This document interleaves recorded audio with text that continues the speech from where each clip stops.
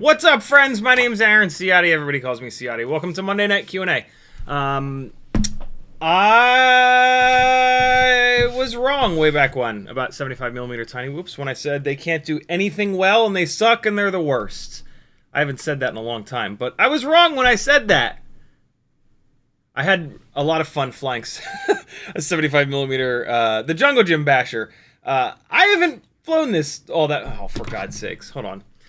I haven't flown this all that much, and I had a blast flying it today, and so I figured I would clickbait you all into watching. I hope you're okay with that, because tonight's going to be awesome, and you're going to love my nuts, I promise. Wouldn't be one of my streams if I didn't forget to turn some shit on, so, you know, suck it!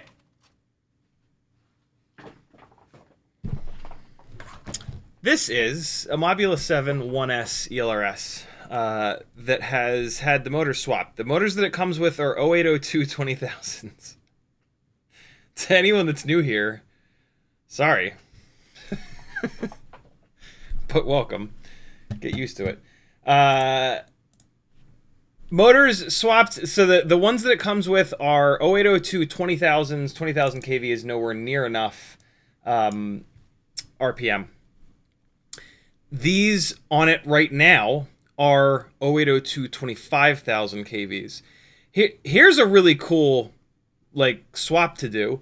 If you get a old school Mobula 6 with the 2G4 AIO, sometimes you can find them with 0802 25,000 kV motors. That's these. If you're able to buy that Mobula 6 and then buy one of these Mobula 7s, you can take... I mean, you can just take those motors and drop them onto here, and it flies awesome. That's what you guys are watching. Even better is you take the motors that this thing comes with, which have 1.5mm motor shafts. You pop the C-clips on the bottom. You pull the bells off. You do the same thing with these motors. So you get an 0802 25,000 kV stator made by HappyModel. You take the 0802 bell with a 1.5mm motor shaft made by HappyModel, and you put them together, and they work totally fine. And you've got an amazing motor. You've got arguably the best motor for this. for this Jungle Gym Basher kind of setup. It really, really, really flies good, as you guys just saw, and we're going to watch some more stuff. I was flying this a bunch today because I've been meaning to do some testing of propellers and motors, and I've been putting it off for a while, and I finally kind of got around to it. And yeah, it just, I forgot how good this thing flies. I've been really deep into the walk snail tiny whoops lately, trying to get them flying decent. And yeah, I'm really glad that I dove back into this. There are some new propellers that have kind of brought this thing, I don't want to say back to life, but more alive, I guess, which are the new HQ ultralights. They're basically a 1.6-inch YOLO prop. HQ makes these ultralight 1.2-inch tri-blades for the 65mm whoops that I affectionately call the YOLO props because they're stupidly lightweight. They're also super fragile. And so YOLO as in, like, they only really live once, because after you start crashing them, they get all bent up. They crease, which is the problem. You can bend them back, but once you have that crease there, it's going to always crease on that more, and a lot more easily in the future. So yeah, they're the most fragile props. They're also the lightest weight props. Go figure. With lightweight tends to come fragility. They're phenomenal though. They're the lightest weight propellers and they're tri-blades. Like, these are lighter than the GemFan bi-blades, which is absurd. The GemFan bi-blades are brilliant as well. But yeah, these are great. And so yeah, that's where the YOLO name comes from. And so yeah, recently HQ put out some 1.6-inch or 40mm bi-blades that are the same kind of design. Ultra thin material, stupidly lightweight, and they perform fantastic. And they kind of give this thing a crispness that you sort of need to really fly hard inside. So tonight we are going to fly this thing inside the house, mainly upstairs, because down here in the basement it's a little bit too tight for it. I will try, and you will get to see what that's like. And then we're going to fly some 65s as well, so that you get kind of like a full picture. And yeah, we'll talk more about sort of 65 versus 75, because that's just a constant thing that everybody always wants to know the answer to, no matter how many times I've said that 65mm rigs are for inside, 75mm rigs are for outside. Can you fly a 65mm rig outside? Absolutely. You can fly a 65mm rig on the fucking moon. No, you can't. There's no air up there. You can fly a 65mm rig in your butthole. You'd have to be pretty... you can do whatever you want. But inside the house, 65mm rigs are better. Outside the house, 75mm rigs are better. Flying jungle gyms, which is one of my favorite things to do. I literally call this rig the Jungle Gym Basher. Jungle gyms can go either way. If you think about, like, when you're flying around the house, right? Like, you're going to go next to the couch and then under the coffee table. And if you think about, like, the size of the gaps that you shoot inside the house, they're small, right? The under the coffee table is like this high. In between your couch and the coffee table is like this, right? And then the gap in between those gaps, the space in between those gaps is like a foot or two, right? So everything is fairly small and tight inside the house. Think about a jungle gym. The gaps at a jungle gym are like this big. And there's like one gap here, and then there's one gap here, right? So like a jungle gym, as Clarkson would say, is roughly the same size? It's the same thing. Like, if you want to shred a jungle gym, like, sure, you can take a 10-inch rig and fly under the monkey bars and then go to all your friends and say, yo, I flew a jungle gym with my 10-inch rig. Aren't I the greatest pilot ever? And your friends are going to be like, yeah, no. What I'm talking about is actually flying at a jungle gym, hitting all of the gaps, going in between the monkey bars, Matty flipping the end of the monkey bars up through the beginning or the middle of the monkey bars and then diving back down the middle, right? Like, I'm talking about ripping a jungle gym, and that's what you can do with 65 and 75 millimeter tiny whoops. And so, yeah, when I say fly a jungle gym, I don't mean fly a jungle gym with a 3-inch rig or a 5-inch rig. You cannot, I don't care how good of a pilot you are, you cannot properly shred a jungle gym with things bigger than like 65 or 75. And you can do it with either. A 75 millimeter rig is my current favorite because you can like power loop the whole goddamn thing. And then it also handles the wind a little bit better. 65 rigs, though, are much more comfortable, but they really get the hell beaten out of them by the winds. And, like, trying to power loop the whole jungle gym, you just can't do it. Or, like, a lot of times where jungle gyms are, there'll be, like, trees next to them. And for something like this, you can go, like, throw it up over the tree. 65 mil rig, it's just, it doesn't have the weight or the power to do that kind of stuff as good as these 75s. Here's the super interesting thing that I've been thinking about, though. And really the reason that I clickbaited you all. The question of, if I could only have one tiny whoop, what should it be? Has come up over the last couple months, more than once. And previously I've said 65. I think I'm still leaning towards that, but it really depends.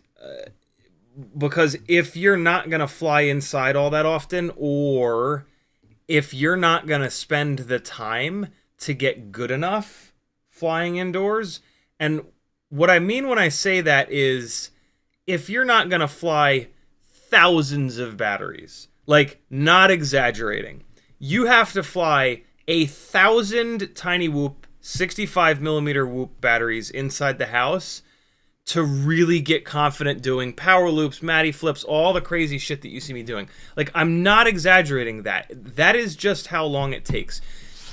And it almost takes longer if you've been flying outside, because flying outside, the pacing of your inputs is going to be way slower than the pacing that you need to fly inside the house. And that makes it harder if you already have your muscle memory kind of developed for flying outside.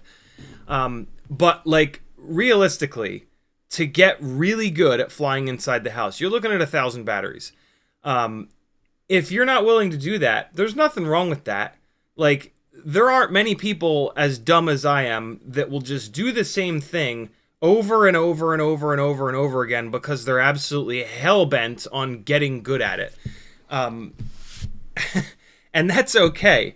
So, like, if you're not willing to put all that time and effort in, 75 millimeter might be a better bet, because yes, you can fly it in the house. It is more difficult, but you still can fly it in the house.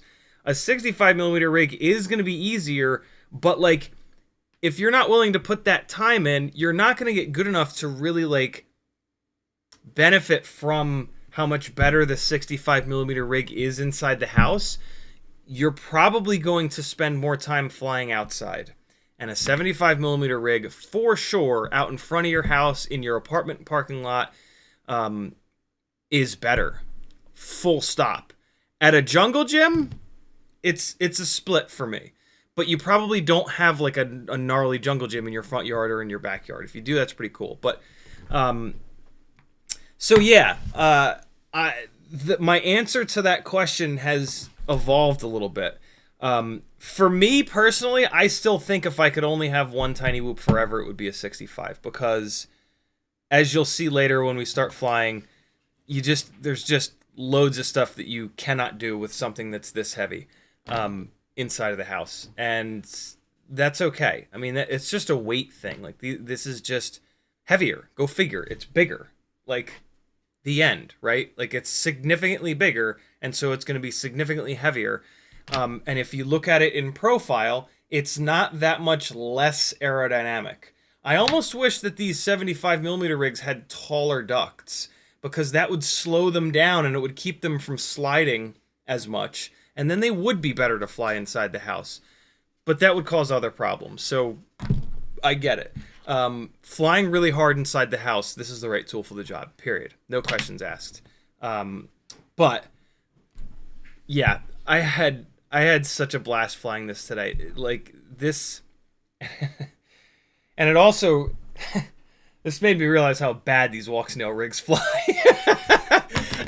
Not bad's not the right word, but what it really made me, what it reminded me of is that when you put walk snail on a tiny whoop, as I've said many times before, it becomes a cinewhoop. It becomes a tiny little cinewhoop. This is a fucking weapon. And the walk snail rigs are not yet. I'm still busting my ass to develop them. The 65 millimeter walk snail rig is done. We Bleed FPV 0702 40,000s. The 300 mAh BT 2.0 folded cell batteries. Either the Cockroach 65 V3 frame or maybe the Light AF frame. And props are your choice. I like the GemFan biblades, especially the 1210 biblades, especially for the 40,000 kV motors. I don't know if that high of a kV motor you'd be able to get away with a tri-blade. You can certainly try. But yeah, the HQ ultralight tri-blades, the GemFan 1219Ss, and the GemFan biblades 1210. Those are the only 3 tiny whoop props worth buying, full stop, like for real. And so just get them all and see which ones you like best, because yeah, propellers are a very individual decision. And so there you go. Now you don't have to watch any of the rest of the live stream if you just came for the stream title. But we are gonna. I have a whole bunch of footage. I have footage of the 802 25,000s on the GemFan 1610s. The same setup on these YOLO props. So we can take a look at those back to back, and I can tell you about the flight experience between them. I also have flight footage of the this rig with the 0802 30,000 kV motors that I built with the GemFan 1610s. And we can. I actually have not taken a look at that flight footage. One of the things that we're going to do tonight is we're going to take a look at the maximum RPM that the these 0802 25,000s are pulling in flight versus the 30,000s. And we can, I feel like 25,000 might be as high as we need to go on this setup. But I'm super interested to see the actual RPM number in the in the end screen, the OSD end screen. So that'll be super cool. Also, technically speaking, you'll get to see, I don't think there is much of a difference, but you will get to see the difference between an ORT micro V antenna and a regular old whip antenna. The first couple of batteries on the 30,000 kV motors, I had the whip antenna on, and then when I switched it to the other frame, it was the perfect chance to put the ORT antenna on. This is a perfect chance to talk about that. I wanted to put I've been wanting to put the ORT antenna on this rig for like the last week, and I didn't, because every time you take something apart, you fatigue it, the plastic, the metal, the whatever. And so I knew that I was going to do this testing. I knew that I was going to pull this AIO and canopy and camera out to switch frames, and so I waited. And so should you. If you've just got like, if you get an ORT micro V antenna, and at some point a week or two from now, you know that you're going to be pulling that canopy and AIO out to do something else, wait. Don't take this thing apart twice, because that's twice as much stress that you're putting on the screw holes in the frame, and stuff like that. That's a way to get your stuff to last a little bit longer. That's a lesson I learned back in the airsoft days, when I was custom building AEGs and whatnot. It was like I would have my own stuff that I would pull apart all the time, and then eventually like everything started to strip out on it, and over time I realized like, oh right, okay, so try to like batch this, try to do 2 or 3 or 4 things at a time, so that if I have to take it all apart and stress all these screws and threaded holes out, instead of doing it 3 times, I'll just do it once. So try to do the same thing with this stuff. It's not as big of a deal with these things because we break stuff so often, but still, it's a really good habit to get in, right? We develop good habits, and then we can break them if we need to.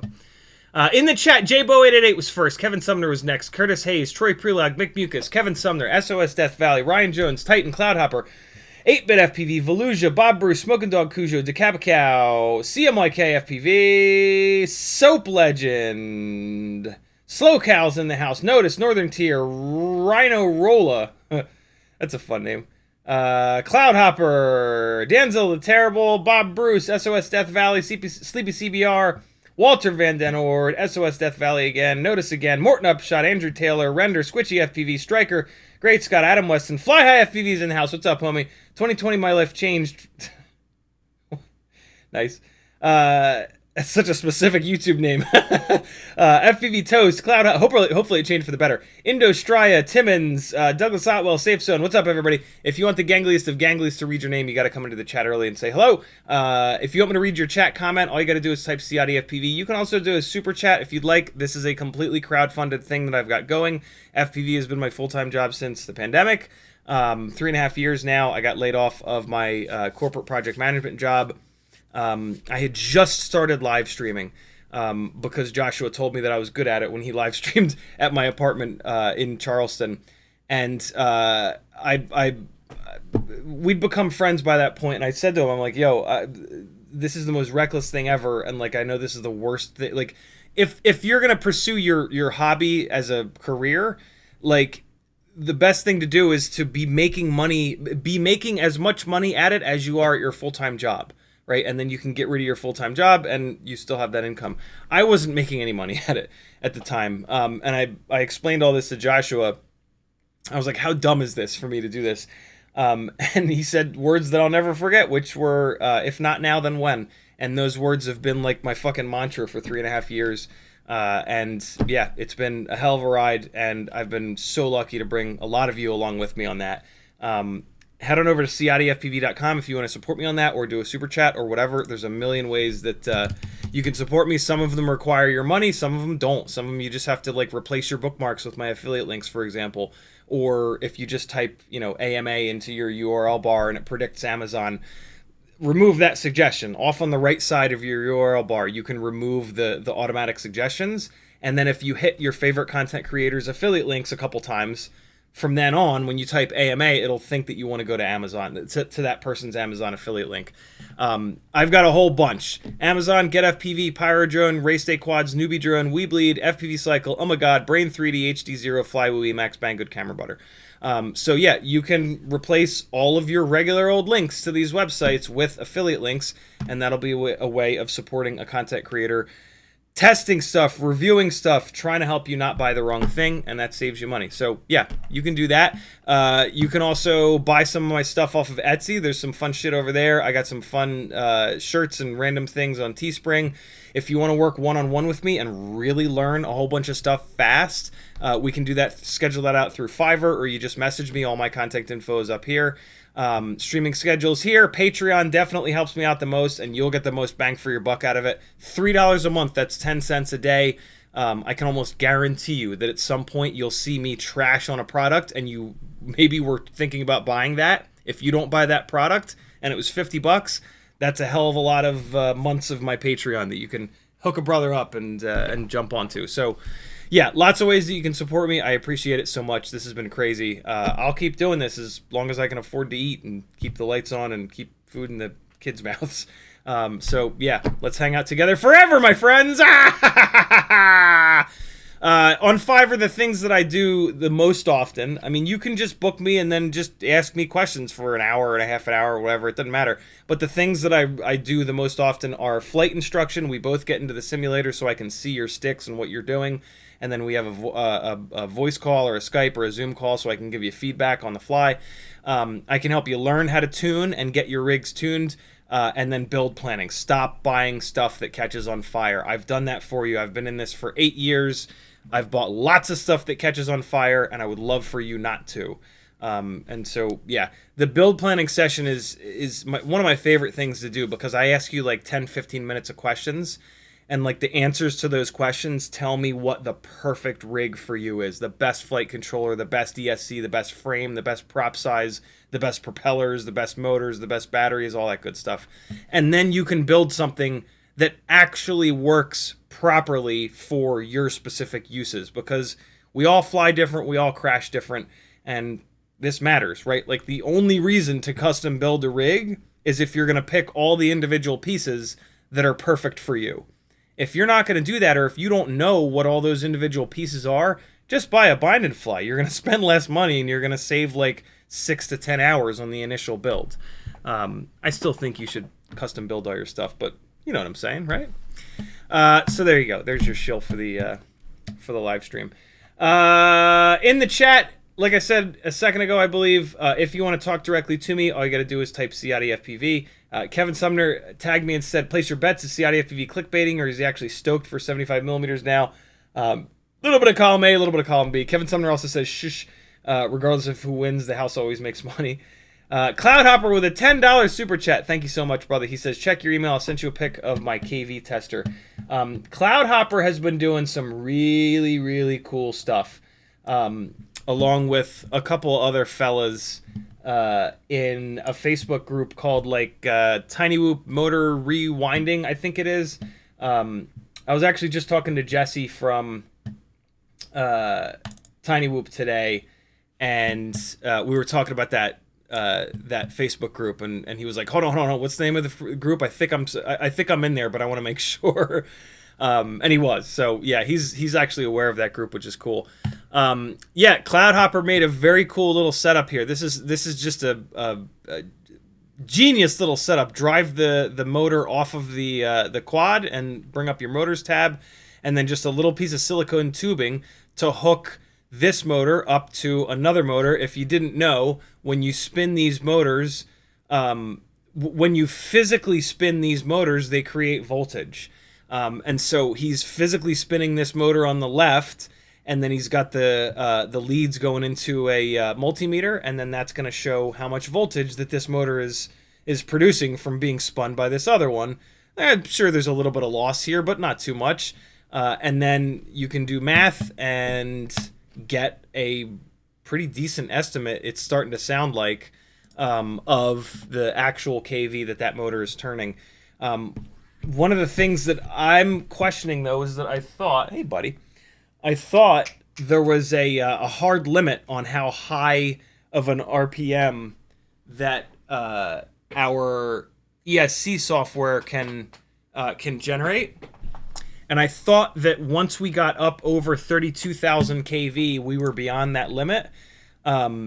This doesn't matter once we're up in the air with a propeller on, because that drastically drags these motors down. So even like the 40,000 kV motors, they still noticeably make more power than like the 36,000s or the 32,000s. So, you know, don't think that like it's pointless for there to be a 40,000 kV motor. That couldn't be farther from the truth. They are ridiculous. They make so much power. It's absurd. But yeah, I thought there was something like that, but it doesn't look like Cloudhopper is kind of seeing that. So I don't know. We talked about that in previous live streams. The chat is probably lighting up with the folks that had found that. I want to say maybe CMYK had found it somewhere on the internet. Maybe the guys are already talking about it in chat. I'm still looking at chats from 947, so I'll get there eventually. But yeah, very, very cool stuff. Cloudhopper, thank you again for the super chat. Thank you for doing awesome shit and helping us, continue learning about these little tiny motors and decrypting the fucking matrix. CMYK tagged me and said, yo, dude! And Gangly Gang. Rhino Rolla says, greetings from the land down under. Could you give me a basic breakdown on the HappyModel 0702 and 0802 motor variants, basic history, timeline, etc., pros versus cons? Oh boy, that's a whole live stream. Not even kidding, Rhino Rolla. I could literally talk about that for 2 full hours. 702s are what they are. There are no different versions of 702s. The HappyModel 702s demolish everybody else's 702s from a power and efficiency standpoint. They literally make more power and are more efficient. It's ridiculous. So yeah, 702, you want it to be a HappyModel. There are no different versions. You've got tons of different KV, all the way up to 40,000. 802s are much more confusing. There's the EX 802, which is the lightest weight. There's the RS 802, which is almost as lightweight, but it has a 1.5 millimeter motor shaft. The EX has a 1 mil motor shaft. And then there's the, I forget what the other 802s are called, but they look like this. Tiny Whoop calls them onesies. I forget what HappyModel calls them, but they're the heaviest. They obviously look like the heaviest. And yeah, different strokes for different folks. The lighter they go, they're slightly less durable. For me, with 802s, the most important thing is that they have a 1.5 millimeter motor shaft. They are motors that are heavy enough and are going to generate enough power that with a 1 mil motor shaft, for me, a person that crashes a lot and flies hard, they're not going to last very long. Yes, this rig is on 1 millimeter motor shafts right now. It's because I'm just doing testing. I'm not hammering the hell out of it. But yeah, these 1 mil motor shafts, these motors would not last very long like this. If I decide that I like this setup better than the 30,000s, I will take these bells off and replace them with HappyModel bells that have the 1.5 millimeter motor shaft. But yeah, so that's the quickest kind of breakdown that I can give you. They are brilliant. The HappyModel motors are the best in terms of power and efficiency. They're well balanced as well. Where they are not king is durability. They are durable, especially with a 1.5 millimeter motor shaft, but the other motor manufacturers seem to be using slightly better material for their motor shafts. So the HappyModel 1 millimeter motor shafts are less durable than like RC and Power or maybe Beta FPV. Everybody else that's making motors with a 1 mil motor shaft. So yeah, luckily with 702s, it doesn't really matter because they're so lightweight. The 65 millimeter rigs that they go on are so lightweight that they're very durable. Eventually you will bend them, but it takes a long time and it takes a ton of really hard hits. So there you go. That's the best I can kind of do, and without going on a rant and yeah, spending an hour. Cloudhopper says, I was able to spin way over 32,000 kV. I'll see what kind of max I can hit. I was not spinning anywhere close to the max when I picked an RPM to use to determine KV. And then I asked Cloudhopper how his numbers are from that little stand are comparing to the numbers that are shown in the motors tab. What I think it might be is that the RPM being reported back in the motors tab, maybe that's what can't keep up. Maybe the ESC can drive the motors to the full KV. It's just that those numbers that get reported back into Betaflight, that can't, yeah, they're not accurate. But we'll see. We'll dive more into it as we always do. I don't see that Cloudhopper reply. Here we go. I'm hitting over 84,000 RPM based on Betaflight using D-Shot 300 bidirectional. And then, yeah, my question is how that compares. Oh, I think it was Kevin Sumner. I think it was Kevin Sumner that had found somewhere on the internet that there is a hard limit as to how fast the ESC firmware can spin stuff. Kevin Sumner says Cloudhopper, that's the... Yeah, here we go. Kevin Sumner says Cloudhopper, that's the maximum RPM on an 8-bit ESC and within spec for a 30,000 kV motor on 1S. So there we go. It's already happening in chat. It was already happening in chat at 10:05. CiottiFPV tagged me and said, did you hear GemFan is giving all the CastleCrash volunteers? I did not, but this sounds pretty cool. A prize pack. Sign up at castlecrash.org. Free tickets, staff shirt, extra 5th day of CastleCrash, green dog tags. And there's the link in chat. I'm going to copy this link and repost it in the chat. There you guys go. I will be at CastleCrash. I cannot wait. It's an amazing event. I was heartbroken that I missed it last year. It looked like so much goddamn fun. And this year is going to be even better. They are looking for volunteers. Volunteering is one of the best things that you can do in your life. You will meet other people that get it and are willing to volunteer. And those will be some like lifelong friendships for you. Some of my best friends that I've met, that I've kept in touch with for 20 plus years, have been people that I met through volunteering. They are amazing people. They are people that care. They are nice people. They are people that are willing to give their time and effort. It's a unique group of people that you want to be a part of. And so do it, yo. It's also a way to go to shit for free. If you volunteer at Rampage, I don't know if it's free, but they give you a massive discount. If you volunteer at CastleCrash, it's free for you. And you get a whole bunch of really cool stuff. So do it, yo. There should be a waiting list of volunteers. They should have too many volunteers, not too few. So do it, yo. While you're working, you're going to be hanging out with other FPV pilots. Come on. I'm sure you'll still have plenty of time to fly, especially because there's an extra 5th day. And that 5th day, much like Rampage, you just fly like the whole day. You have like the place to yourself. That's better than, fighting on the flight line to fly with other people. Jbo888 says, I'm allowed to fly drones without FPV in my name. You are indeed. J Monk says, what's up? Kevin Sumner says 75-inch CiottiFPV's basement equals demolition derby. Yeah, right. 75 in. Sorry, not 75-inch. My mind was in the gutter.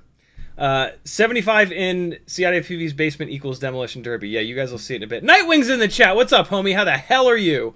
Nightwing says those props are pretty durable from my experience. These, I just assumed with how infinitely thin they are, and with the experience that I've had with the little HQ ultralight props, that they wouldn't be very durable. But if these are durable, that's awesome, because I dig these. These are lighter than the amazing GemFan 1610s.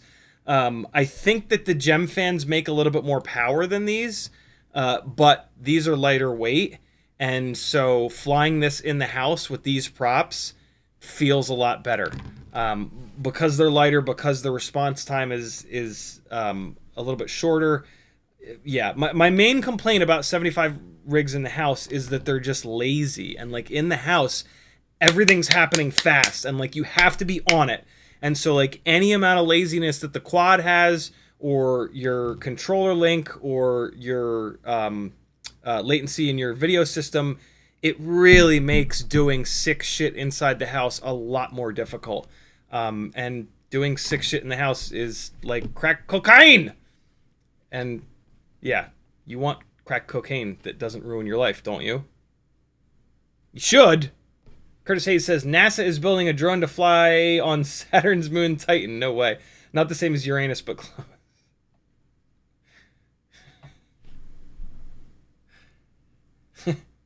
Using Uranus casually in conversation is fucking peak. It's just the best.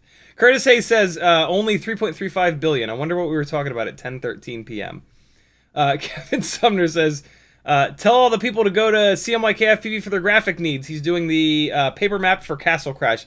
Yeah, friends, if I find out that even one of you is having graphic design work done with not CMYK-FPV, you're fucking dead. Say I won't.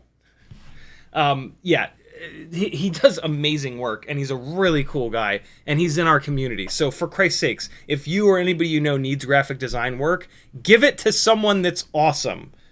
Cool? Striker says, perfect timing for this. I have a Meteor 65 Pro. I'm trying to decide whether to go 0802 25 to 30 on a 75mm platform, 60 or 65 702, blah, blah, blah. 28 to 32. Fly High says, what about tiny ductless for outdoor? Ductless 1.2 inch or 1.6 inch makes 0 sense, in my opinion. They're super slow, but then they're super slidey. So you get nothing that you really want outside. If it's going to be super slow, it should be super accurate. If it's going to be... You know what I'm saying? Like, if it's going to go really slowly, at least be able to shoot every single tiny little gap. So if you have a garden with, like little gaps in it, with something like this, you'll be able to hammer those gaps consistently and not have to go chase your shit down all the time. And the ducts will make it so that you can actually take the damn thing back off once in a while. When you take the ducts off, they start sliding all over the place because there's no vertical surface to stop that, right? Just like every other ductless rig. And so when they're sliding all over the place, you can't shoot those gaps consistently anymore, which is annoying. And then you crash, and one of the propellers is just barely grazed up against a blade of grass. And because these things are so goddamn gutless, it can't spin that propeller, and you constantly have to walk out there and pick the damn thing up. So the 1.2, 1.6 without the ducts, it's just a nightmare. Like, it is not fun. It doesn't do anything better. Like, this is what you want for that. Once you get up to like 2-inch or 2.5-inch, now we're cooking, because now you've got like a toothpick style rig that is way more efficient, makes way more power, and you can actually start playing around with trees outside, right? And you can rail down the street at like 40, 50 miles an hour versus 8 miles an hour with, with something that's like a 1.2 or a 1.6. So yeah, the little, and I've done it, and I've tried it, and like I have this absolutely adorable little Babito sitting here that I flew a bunch and then never flew again because it's just excruciating. And then I also have a little 1.6-inch newbie drone Mosquito. And then I also have the 2.5-inch Mosquito frame, which is just infinitely better. And yeah, it just sucks in my experience to fly these things outside. Like, if you just spent a whole bunch of money on one, you're gonna be like, nah, this guy doesn't know what the hell he's talking about. Well, like, come talk to me again in 6 months when it hasn't come off the shelf in 5 months. Like, it's just, once you approach those little ductless rigs without that, not placebo, but whatever it's called, when you've just spent money on something and your brain is like, no, I love it. No, I love it. I definitely love it. I definitely love it. I definitely love it. Oh, it sucks so bad. Why did I waste all that goddamn money? Whatever that's called.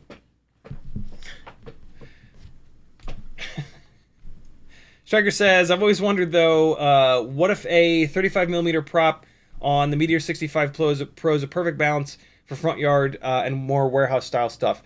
It's not. There are no good propellers available in 35mm. It just isn't. It just isn't. Everything good is 1.2-inch or 1.6-inch. The end. I've had this conversation 10,000 times. I'm not going to have it again. Just take my word for it. I have no reason to lie. I would love it if that was better. I don't not like Beta FPV. I love Beta FPV. I would love for it to be one quad to rule them all. I have no reason to lie. And I've tested it over and over and over and over again. I even tested it like a couple of months ago. It's just not. It's just not. Striker also says 1,000 packs doesn't seem too hard when you think about 6 a day. Focus up for like 1 summer, fly 10 batteries a day, you get it done before summer's over. Yeah, you can get good at flying inside, friends. You got to put the time in. You really do. But it's so worth it. And yeah, it's so worth it. I was about to say, but don't be surprised if you never fly your outdoor rigs again. But I think that's just me. County FPV says, is there a way to set a packet rate for different models? Say like whoops and 5-inch use for different packet without having to switch it back and forth? I don't think so. But I'm not a big OpenTX, EdgeTX kind of guy. That's a good question for Joshua. Next time he streams, although I think I heard him at the end of his stream say that he's going to be gone for the next 3 weeks. So yeah, I have no idea though. Somebody in chat might know. YouTube just did the thing and scrolled me all the goddamn way to the bottom. Let me scroll back up, try to figure out where the hell I was. Also, the 65 Pro frame kind of sucks, too. Everything about the 65 Pro makes me want to gouge my eyes out with hot pokers and forks. Just forks, not hot pokers. That would melt, not gouge. Man, do I wish that YouTube didn't just randomly scroll me to the bottom of chat.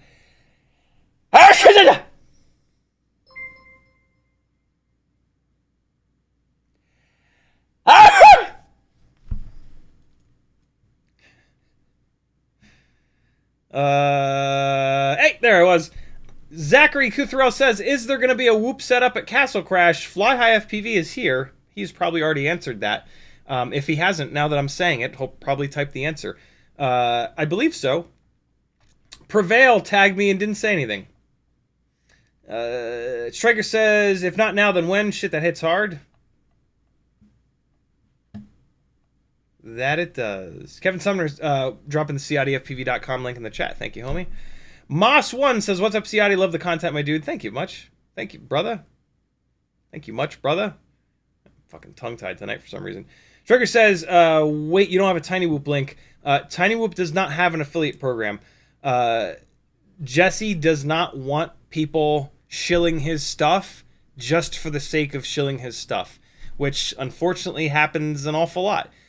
So yeah, he's never set up an affiliate program, and it's the perfect reason not to. I have so much respect for him for having that approach. Like, if you buy something from his website, he wants you to be buying it because you want it, not because somebody else told you to buy it. Yeah, Jesse is one of the coolest, if not the coolest guy in FPV, full stop. Christian says, still using the OG tiny lifters. Not often, but every once in a while, yeah. When I need to move the when I need to put the Insta360 Go 2 up in the air, the tiny lifters are so much fun for that. But it's I don't fly them very often. They're hard to fly, and so if I'm going to be flying somewhere that's like unrecoverable, I typically don't fly them because they're kind of hard to fly. And then, yeah, they're not like freestyle rigs, right? They fly like little tiny lifters. So you don't like fly them freestyle. They're like, if I was to fly like if I was to go to the mall or something and I wanted to fly something that could get really good footage, I'd fly them there, for example. But yeah, I don't do that kind of stuff too often. I should do that stuff way more. I need to. There's no reason not to. But I'm just busy, man. Doing this full time is insane. Running your own business is absolutely absurd. You probably all know someone who's tried to do it, and it's just nuts. Morton Upshot says, "Where's your God?" Eagle Eye Shooting says, "What motor did you settle on for the best on a Mobula 6 build?" There is no best. Never will be. Never has been. There's just like different. Mobula 6, I mean, 65mm tiny whoops, it's all about, look, it's a HappyModel motor. It's a HappyModel 702. That's as good as I can do. The KV is on you. If you want all the power in the world, We Bleed FPV's 40,000s. Little bit less than that, Tiny Whoop has a 36,000. A little bit less than that, We Bleed and Tiny Whoop have 32,000s. And then there's 30s, there's 29, there's 28. How much power do you want? Always, in my opinion, go a little bit too high in KV. If you think you want 30,000, actually get a 32,000 and then motor limit it down. As you get better, you might want to motor limit it back up. But like, yeah, there is no one motor that I can say, this one is absolutely the best for everyone. It's just completely insane. Anybody that puts a review out talking about this is the best, be super wary. That person is either, not really interested in the actual facts, they don't understand the full picture because they're kind of like new, or they're just, in it for not the best reasons, right? Like they're in it more like as a business than as a passion, than as a trying to help people out. Yeah, there's like an epidemic of that. And it's yeah, like even you could kind of say that there is like a best motor for like I could say like there's a best motor for me, but it's not true, because if I fly like in the basement it would have to be like, there's a best motor for me when I'm flying in the basement with a rig that weighs 18.1 grams. You know what I'm saying? If I move to a rig that's 16.5 grams, that is no longer the best motor at all, right? So like this whole best thing is it's just silly. You know, one of the things that's nice about doing long form content like I do is that we can have these conversations, and you can, you know, we can go down the rabbit hole and discuss the deeper side of this, so that you have some chance of picking the components that are going to work best specifically for you. So yeah, the whole best thing is really, really difficult. Baby ZFPV with a $20 super chat. Dude, thank you so much. Super generous. No comment or anything, just wanting to support the insanity. Thank you, brother. Very, very cool of you. If you do have a question, but it didn't go in there for some reason, just tag me, and yeah, we'll talk about it. Striker says, was looking through all your Ultimate Freestyle Tiny Whoop streams, Mobula 6 2024 update streams. Plan I had was Moon Traveler 32s, V3 frame, 1210s, some plus some 1219s. That is basically this setup here that we're probably going to fly tonight. Kevin Sumner says, you are correct. 84,000 RPM is the max for 8-bit ESCs. Very cool. I can't believe I remembered that. Kevin Sumner says, it'll be 20 minutes from now before CiottiFPV sees my comment on RPM. He said that at 10:30. It is now 10:54. That's 22 minutes. Cloudhopper says, you don't have to spin to max to measure KV. Just push to a stable RPM and read the voltage to calculate the FP. Oh, you sneaky son of a bitch, you. That's true. That's true, because I don't know how to put it into words, but yeah, that's true. I'll be damned. Very cool. Very, very, very cool, Cloudhopper. So, like, what Cloudhopper is saying is that he can spin a motor up in his little rig to 50%. Fuck, he can spin it up to 20% throttle, and a 40,000 kV motor. Let me do it this way for you guys. It'll make more sense. A 40,000 kV motor from 0 to 100 is going to be a ramp like this. A 20,000 kV motor is going to be a ramp like this from 0 to full. And so at 20% throttle, or 30 or 50 or whatever, there's going to be a gap between those two. You know what I'm saying? Very cool. Yeah. No reason to spin it up to full throttle. Duh. Good call. Striker says, and if I wanted to go the extra mile, tiny with plastic screws, beta air canopy, maybe ORT antenna, I would stay away from the plastic screws. They break and they're a bastard to get out. But some people don't care about things being a nightmare to work on. I certainly do. Rusty Signals in the house. What's up, homie? How are you? He says, what's up, Ciotti? How you been, buddy? I'm really good. Hopefully you're still here. Hopefully you hang around to watch us rail some tiny whoops around the house so that you can see the crack cocaine and be like, dude, I need one of those. Because, yeah, the reason why I don't fly outside with you guys very often is because these things fly so goddamn good. Curtis A says, is back EMF analogous to drag in that as RPMs increase, back EMF increases to keep the motor from spinning faster like drag stops acceleration? I am not an engineer. I barely play one on TV. I think the answer to that question is yes, but I'm nowhere near intelligent enough to dive into that enough to give you a solid answer on that. Somebody in chat probably is, though. But I think the answer to that is yes.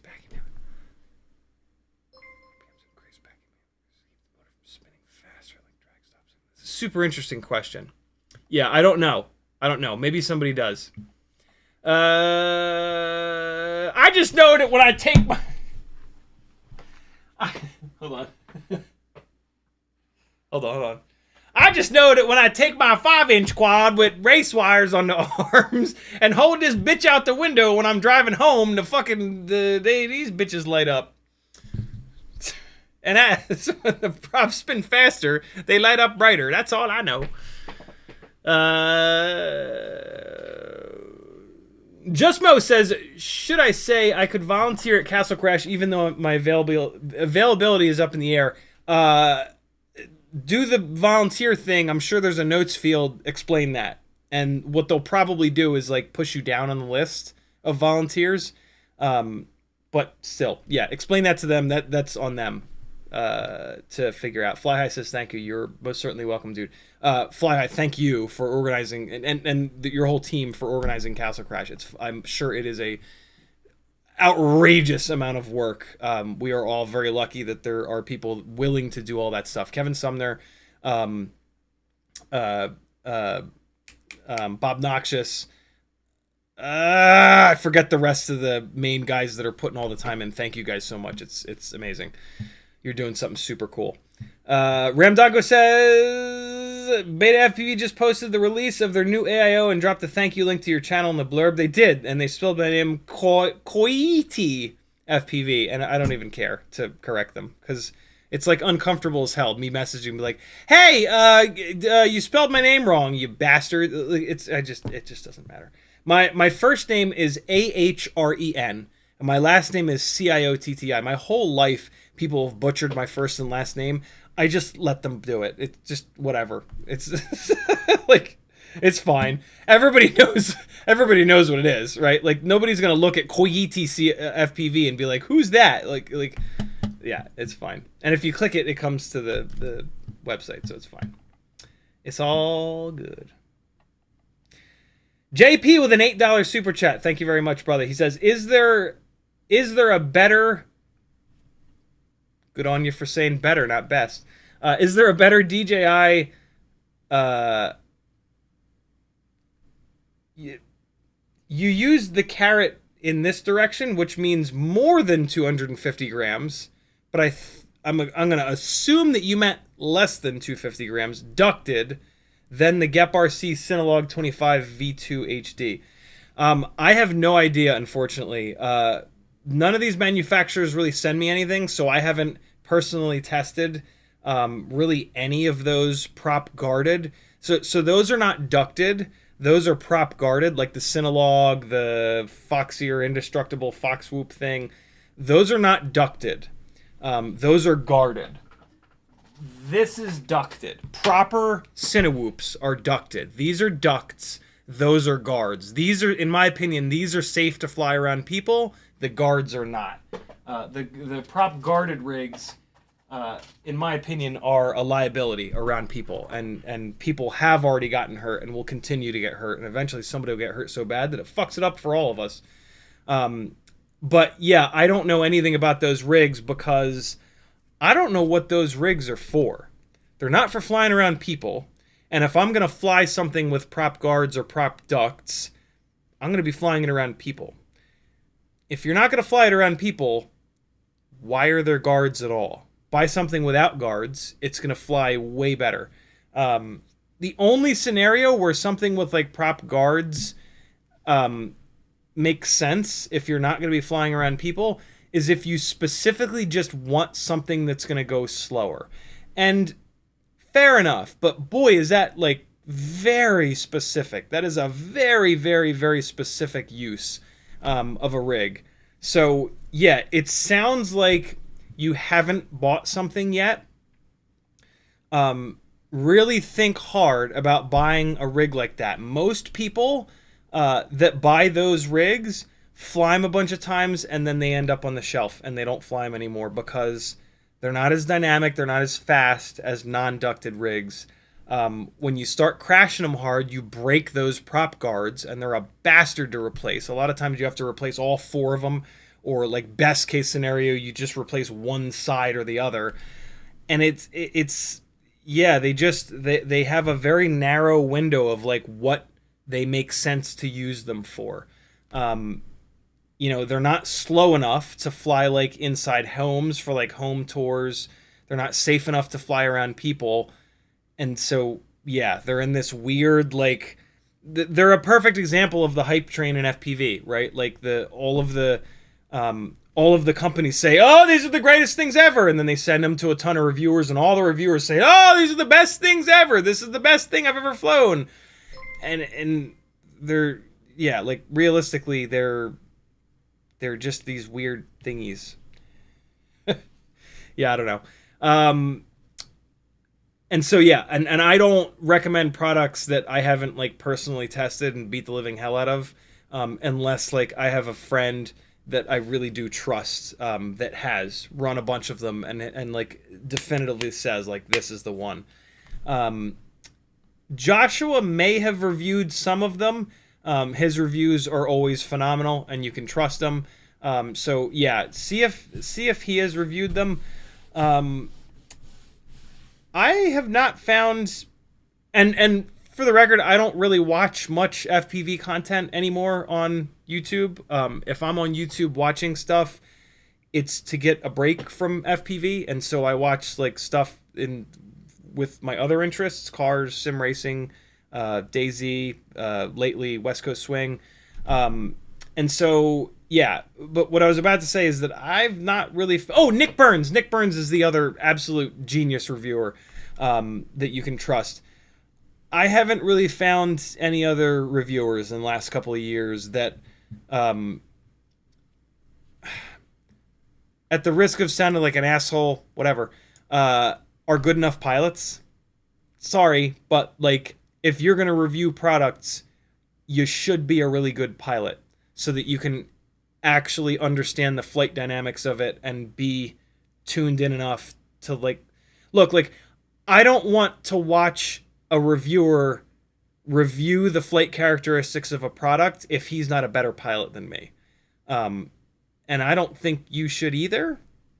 The flip side of that is if you're not a very good pilot, then and they're not a very good pilot, why does it matter? Like you're kind of not going to notice the difference anyway, but like even if you don't notice the difference is still there, right? Like if I give you like one of my custom built, custom tuned rigs and you're a shitty pilot, you're going to have more fun. You're going to fly better because it flies better, right? Like the gear will flatter you. And so, yeah, for me, I want the reviewer to be a half decent pilot. And so like, yeah, sorry if that makes me sound like an asshole saying that. I don't know how else to say that, but it's a real thing. Sorry, but it is. And then yeah, there's just like it's just so goddamn clickbaity and like everything is the best and like I don't know, but I haven't found any really good reviewers. It's hard, man. It's really hard to do. The reason that I don't do it, one of the reasons I don't do it is because of how hard it is. And yeah, it's just not what I want to do with my little corner of YouTube. So yeah, sorry, brother. I wish I had a better answer for you. But yeah, the rig that you're talking about getting is awful specific. Feel free to tag me more. Feel free to tag me again and tell me more about like what you're looking for. Like what are you looking to do with this next rig that you're about to buy? And then I'll be able to give you a much better answer than I think from the question that you're asking. Does that make sense? 8BitFPV says, if I hang my 5-inch out the window, will it recharge my battery? I don't think it will. I don't think it'll push power all the way back into the battery, but I could be wrong. I'm not sure about that. I have zero background in like electrical engineering. I've learned everything that I know from just the FPV world. And so, yeah, I do not know the answer to that. It's a great question, though. BLDO550 says, are you using your printer yet? I am not. I have just not been able to find the time, and I don't have anything that I've needed to print yet. But it's coming, I promise. I won a 3D printer at Rotor Riot Rampage. It's a Bamboo Labs A1 Mini, and it's just sitting over there all sad-like. But, yeah, I haven't had anything that I need to print yet. There will be a live stream at some point here. Last person in FPV to actually get a 3D printer. And I'll put it over here and plug it in and apparently just like push a couple buttons and it'll magically start working because supposedly that's the way the Bamboo Lab stuff goes. Flyzone FPV says, my dude, what's up, homie? Just Mo says, I work as a youth counselor. One of my clients is really interested in FPV. What would be a budget kit for him to get started? Whoops would be a great start. I'm going to definitely recommend Tiny Whoops. I don't really know the budget kits though. Kind of like the same answer I just gave JP. I'm not a reviewer. I don't get those. Nobody sends them to me. I certainly can't afford to buy them. And so yeah, I just don't know. Joshua and Nick Burns though, they have reviewed some of those, so I would hammer on their channels to look for them. As a beginner, it to some extent doesn't really matter as much.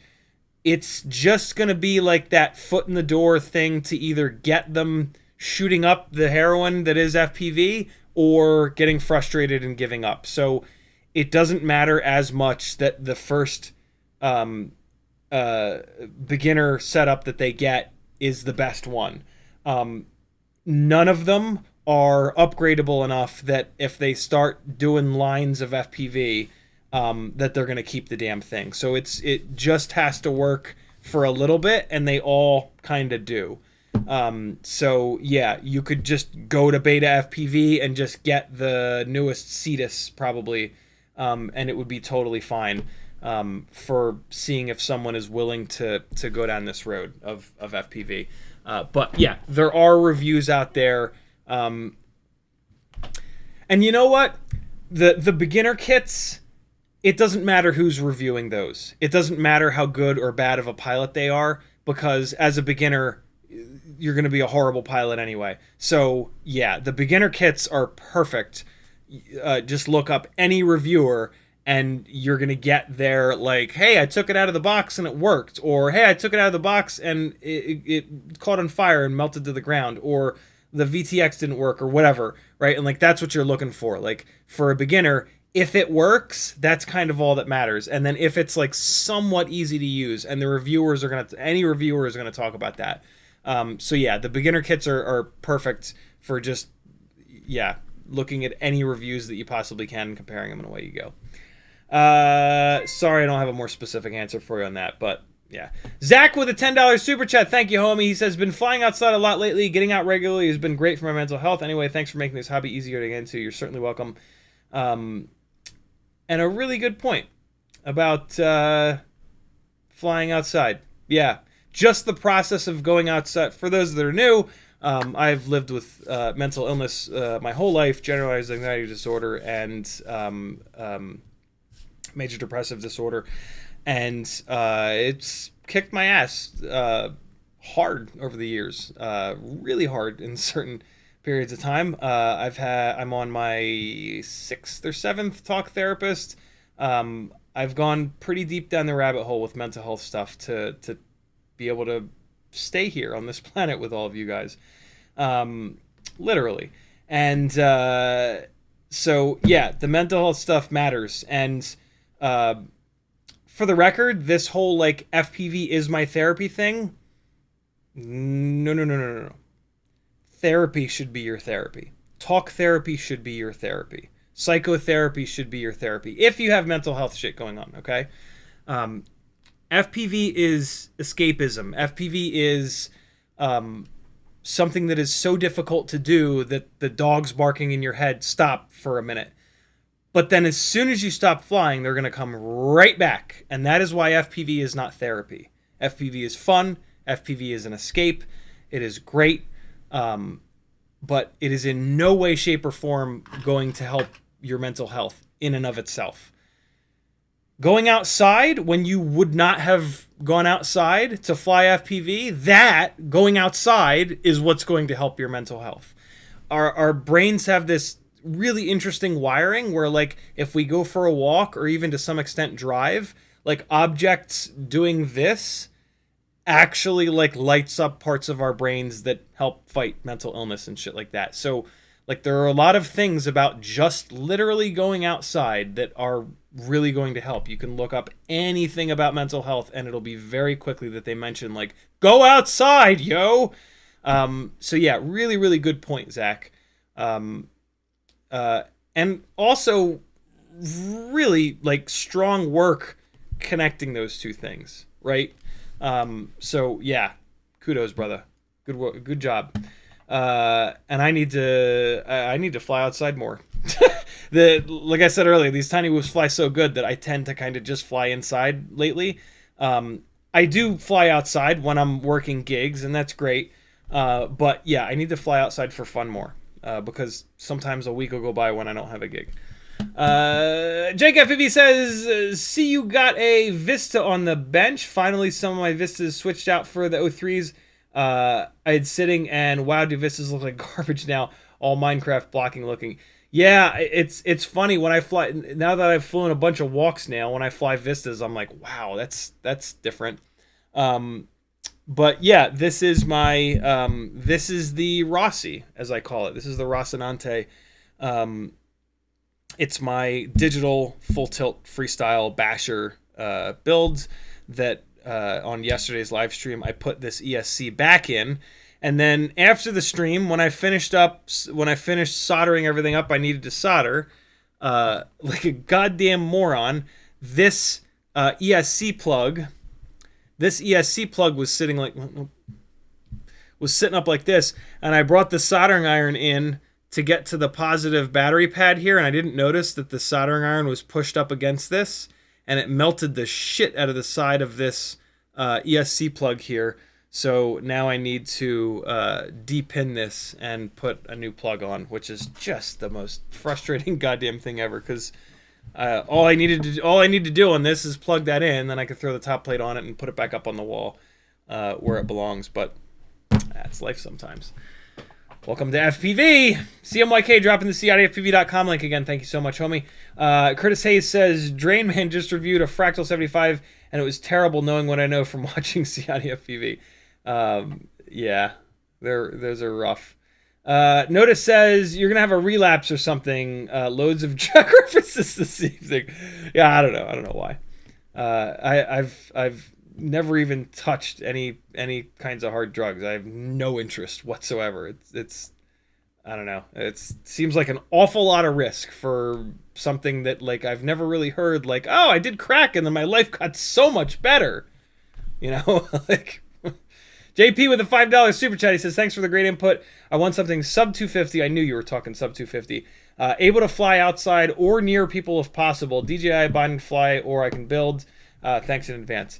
Okay, all right, so you want to fly outside and near people if possible. By near people, I'm going to make an assumption here. I'm going to assume that you're not looking for something to do gig work and fly around like actors, actresses, musicians, that kind of stuff. It sounds a lot like you want to be able to go to a park and fly around and not have to worry about, like, oh my God, is there somebody walking across the park that I don't want to slam a 5-inch rig into their face and kill?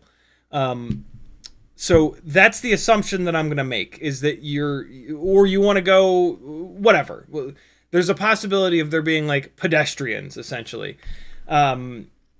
So a rig that is, like, 249.9 grams...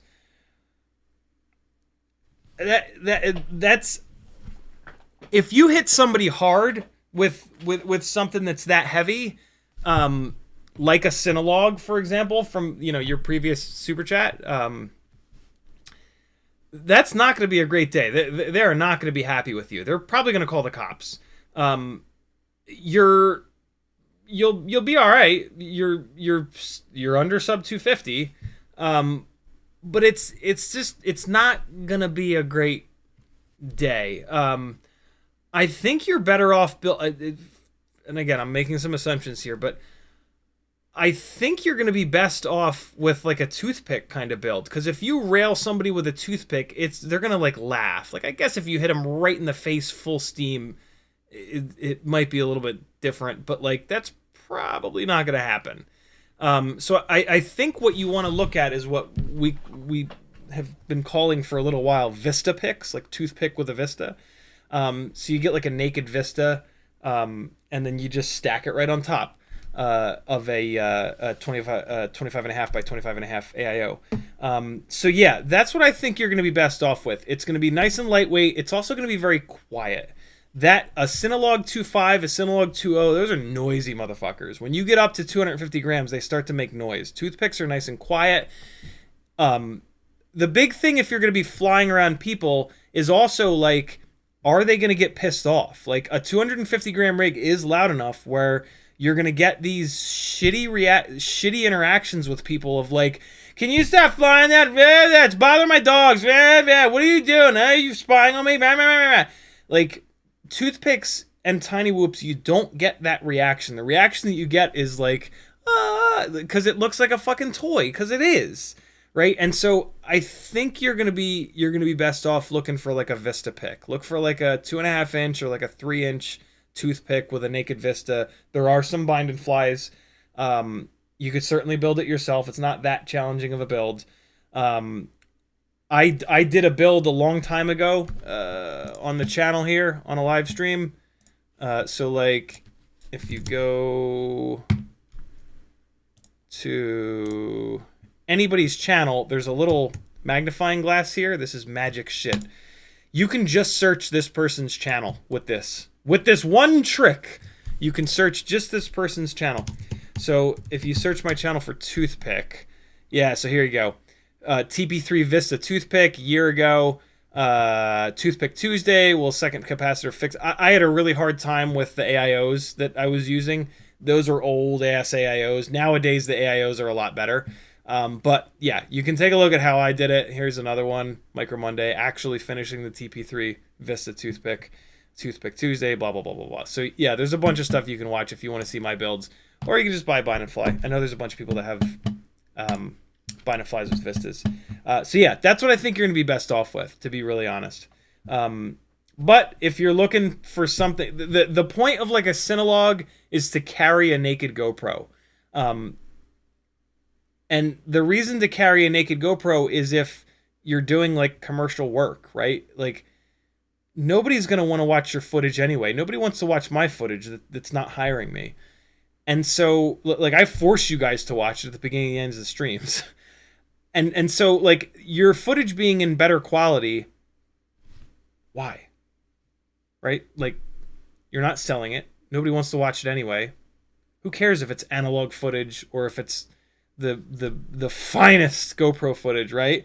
And so yeah, if you're flying for fun, your Vista DVR is perfect. Christ, analog DVR is perfect. It's about, you know, it's about what you're doing, not the quality of the footage. If I show you analog footage of me doing the sickest shit ever, the sickest dive through the smallest gap, railing through a warehouse that's like the coolest spot you've ever seen, you're not going to bitch that the quality of the footage sucks. You're going to be like, oh shit, he's doing it on analog. That's dope. Right?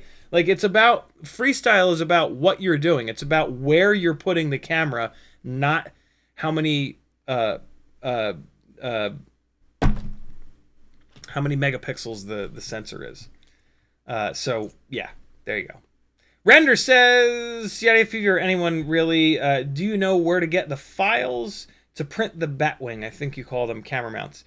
They are on my Discord, which is, there's a link over on Patreon. And then if you join my Discord for $3 whole a month, you'll get full access to the Discord. They're in the Toothpick and Whoop text channel over on my Discord. Where are we at in chat here? Justmo says, I saw your T-Pain comment on Bardwell's stream. What happened? No, it was just dad joke. Bardwell mentioned, somebody asked a question, why doesn't Betaflight have auto-tune? And so I made the dad joke that T-Pain copyrighted auto-tune because T-Pain is known for using auto-tune. Little known fact, T-Pain doesn't need auto-tune. Never did, never will. That dude has one of the best voices ever. He was choir kid growing up. Like he has a golden voice. He started using auto-tune because it sounded cool and he used it as a style thing. Auto-tune was already being used in the entire music industry. This whole like T-Pain ruined music because of auto-tune is the dumbest shit ever. Everybody was already using it behind the scenes and just not talking about it. He decided to use it because it sounded the way he wanted to sound. And yeah, Everybody that doesn't know anything lost their minds. You know, somebody told him on some other celebrity told him on a plane, said to him on a plane once that he ruined music. He talked about it on one of his live streams at one point. He said it like it really hurt him. It was like, I don't know. It's like Jermaine Dupri or something. It wasn't Jermaine Dupri, but it was like another musician. And it's bullshit. It's total bullshit. That's such like a douchey thing to say. Yeah, I'll never forget him telling that story. He was like, that fucking wrecked me. He had like mental health shit after that because of stuff like that. And I mean, like lots of people said that, but like somebody that, and it was like somebody that he really respected too. Fucked up, man. Careful with your words, my friends. You wouldn't believe what the wrong words coming out of your mouth, the impact that the wrong words coming out of your mouth to another human being can have. Be careful. Verbalance says, I don't get that motor to volt relation. What size and kV for 1S and 2S? The Beta FPV 22,000 kV are for 1S, but I can do 2S with limit without burning. When a company says this motor is for 1S or this motor is for 2S, it's all bullshit.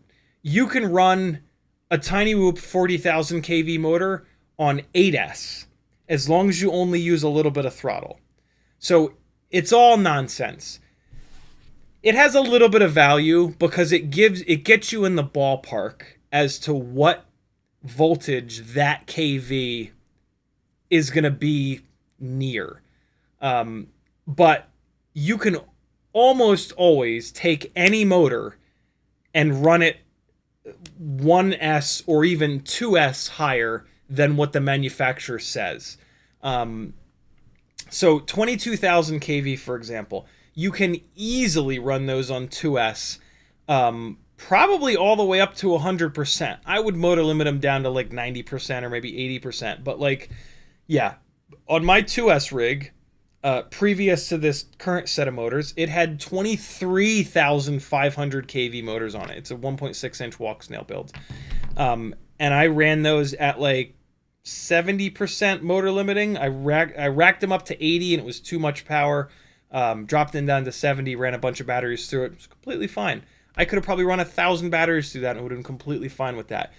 So yeah, throw that out of your head. When you see a manufacturer say like, this is a 2S motor, bullshit. You need to do the work yourself. Like if you're going to get down and dirty here and get into the depths with us, you're going to learn the KVs and where they should be and what makes sense. So yeah, just get that out of your head. You can motor limit anything down low enough, but you don't want to. You don't want to motor limit below like 60% because you start to lose a noticeable amount of throttle resolution. So yeah, there are some limits, but yeah, hopefully that answers your question. Metadirtson says, I have a Vista pick. It's fun to fly, but working on it is just god-awful. Yeah, it is. That's why it took me so long to finish that one. And then when it got finished and there were problems with the AIO, it's been sitting in the same spot on the same shelf since. It probably has a year and a half of dust on it. They are a pain in the ass to work on. But, yeah, I don't know. You shouldn't really have to work on it all that much, other than just like changing motors when you blow them up. Mark Jimenez says, the new 65mm whoops have less kV and weigh less, but still fly amazing. Am I correct to assume having lower weight compensates for the lower kV? So I just lower the weight if I can't find high kV. You're like 80% right, Mark. A really lightweight rig with really high kV motors is going to be extremely difficult to fly. It's also going to give you flight performance that you can't get in any other way. It's going to have a bigger power to weight ratio. It's going to accelerate quicker. It's going to do all these things that you kind of can't do. So there is still value to the high kV motors. But yeah, one of the things that I've definitely noticed lately with the Mobula 6 2024 and the Beta FPV Air 65 is that if you can get the weight down below 18 grams, down to like 17 grams, 16 grams, a 28,000, 29,000 kV motor, 0702, flies great. and it has just enough power to offset that lighter weight. And by having less power, it's easier to fly. I actually recently got a comment on a video. Yo, Ciotti, I dig you flying these new ultra lightweight lower KV rigs, but I really miss you flying the big power ultimate freestyle tiny whoops, the 36,000 kV, 32,000 kV, 40,000 kV builds. And I was like, yeah, and I replied back. I'm like, dude, this is super interesting. Like, do you know why? Like, just out of totally curious, like, do you know why? What is it? Do they? I'm actually surprised that you guys can tell. Like, I can obviously tell because I'm on the sticks, but like, yeah. And he replied back to that, like, you know, it's just a different look. It's a different feel. They sail across the room better. And I was like, oh, that's super fucking cool.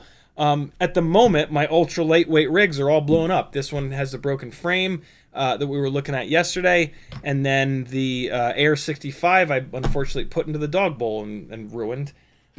So tonight you're gonna get to see big power 18-gram dry ultimate freestyle tiny whoops with 32,000, 36,000 kV motors. And so yeah, also the more powerful higher kV motors, they will give these things more momentum. Also, the heavier weight rigs. The heavier weight rigs will have more momentum, like an 800-gram 5-inch rig versus a 600-gram 5-inch rig. So if you're trying to just hurl the fucking thing across the room inverted, where you're off the throttle the whole way, the heavier, more powerful rigs will literally cover more ground. They will have more... When you come off the throttle, there is more energy in that rig, so it will, have more momentum, have more energy to keep railing across the room when you're not driving it with the throttle. So yeah, it's going to give your flight footage a different look. It's going to give you a different experience on the sticks. But again, the super lightweight 29,000 kV rigs are much easier to fly and much more accurate to fly. And for people that aren't 10,000 plus batteries in, you're probably going to have more fun more of the time flying them. That being said, the 40,000 kV motors, when you go full throttle, are fucking fun as hell. Regardless of the all-up weight of the rig. You're going to smile, but then you're going to smash into everything, and then it's going to catch on fire, and then you're going to have to rebuild it. And, so, yeah, big power is really, really fun. But super lightweight, realistic power is super rewarding and super fun. So, yeah, similar conversation with 5-inch rigs, right? Like, mega power 5-inch rigs. Like, you go full throttle and it hurtles up into the clouds. And it's like, and then you do it 500 more times. Well, like, the 501st time, it's going to be like, all right, well, I've now hurtled this thing up into the clouds 501 times. What else is there? Like, what if I fly really low to the ground? What if I start shooting smaller gaps? What if I stay really close to objects? To do that, you actually need motors that are less powerful. Our throttle throw is fairly small, right? What's that? Like an inch? And so if you've got a horrendous amount of power in this 1 inch of travel, if you go like this, which you couldn't even see, but I moved the throttle up a tiny little bit. If you have a ton of power in here, me moving the throttle a tiny little bit, it's going to go wah! Whereas if you have a lot less power and you go, it's only going to go up a little bit. And so if you want to fly close to objects, you actually don't want acres and acres and acres of power. It literally makes the situation harder. This is why I fly 2306s. They make less power, they are lighter weight, and with less power, I can stay closer to objects, and that makes really good flight footage, right? So, yeah. The flight characteristics of big power, less weight, more weight are fucking fascinating. I love talking about them. Great question. Stingray Zay says, does gyro matter on 2G4 AIO, MPU 6000 versus ICM? It does, but they both work. If you can find one with an MPU 6000, that's, in my opinion, the best gyro ever made. The ICM 2689, it works. It's not as good, but it works. And if you can find a 2G4, regardless of the AI gyro, get it. The 2G4 is just amazing. If you have a choice, choose the MPU 6000, but you won't. Timmons is in the house. What's up, brother? He says, what is... Timmons is the creator of the Batwing camera mount. Massive shout out to him for that. He says, what is the dry weight of your 75mm analog rig? Great question. Was there a big difference in weight between the different motors you tried? Zero difference in weight between the different motors. They're both HappyModel 802s. Dry weight of the Jungle Gym Basher is 23.7 grams with the lighter weight HQ props on it. Render says, would you throttle limit 2400 kV on 6S then down to like 85% or more or less? Me personally, I think I had them down at 70%, but that doesn't matter at all. The beautiful thing about motor limiting is that you get to pick the exact right amount of power for you. And that is super important. What you want to do, in my opinion, is fly with the least amount of power that you can possibly stomach. Because the less power, the better the throttle resolution. And so, with motor limiting, you put it at 80%, fly it around, okay? Put it to 70%, fly it around, okay? Put it to 60%, fly it around. If you can still stomach flying it at 60%, leave it. If that's not enough power for you, bump it up to 65. See if that's enough. If it's still not quite enough, go to 70. But leave it as low as you possibly can. The less power you have, the more proximity you're going to be able to have to objects, the more sensitive you're going to be on the throttle, the less elevation bouncing you're going to do, which looks horrible when people watch your flight footage. It will make you look like a better pilot to have less power, up to a point. If you have too little power, you'll like smack into the ground at the bottom of dives and shit like that. With motor limiting, you know, if you go fly at like a bigger location, you just go from 70% up to 75 or up to 80. And hey, now I got more power. It's great. So yeah, that is I cannot answer that question for you, Render. That is a question that only you can answer. But yeah, I would not start any higher than 85% though. At 80 or 85%, a 2400 kV motor on 6S is going to make huge power. And so, yeah, 80 is the max. I would actually start at like 70 and then definitely drop down to 60 to see if you want it there. And I'm caught up on chat. Look at that. It only took an hour and a half. Okay, so I hit you guys with the 65-75 tirade at the beginning of the live stream. Now we're gonna dive into some flight footage from it, and I'm gonna kind of talk you through it. The first battery that I flew was with. Okay, so this is the Jungle Gym Basher. This is a Mobula 7 1S ELRS with a motor swap. It comes with 0802 20,000 kV motors. That is nowhere near enough RPM. This battery that you're about to watch is 0802 30,000 kV motors on GemFan 1610 biblades.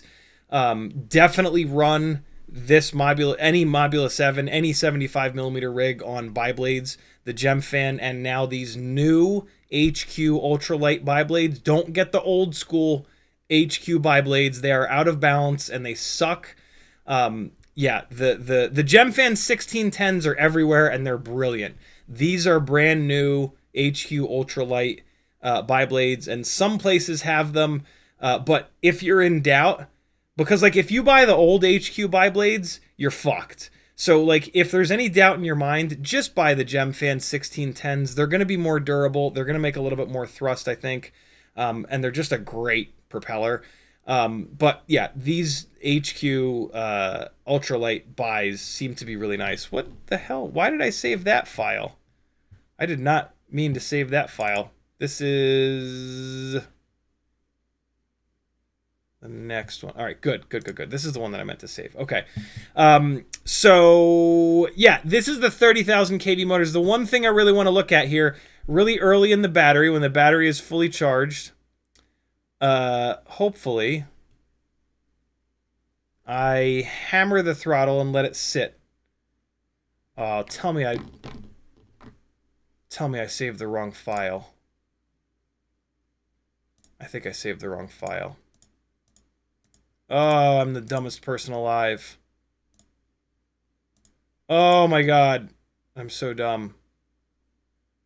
Now the battery is sagged all the way down to 3.8. Oh my god, I'm going to have to do this all again.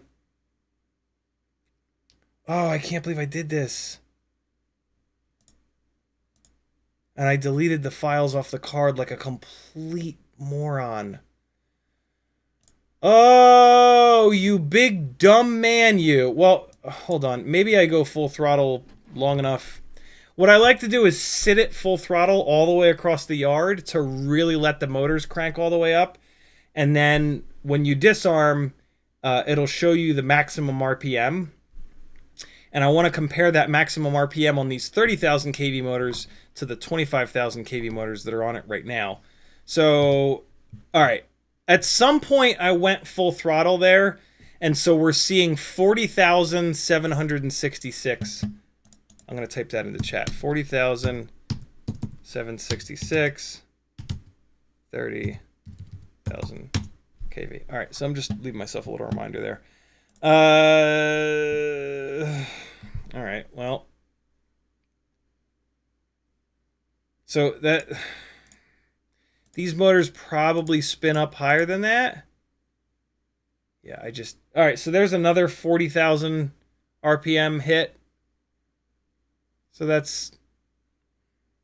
Yeah, I don't know. We'll see. We'll see when I fly. There's another 40,000. So in theory, that 40,000 is good. But all right, so here's a little bit of flying with these mega KV 0802s.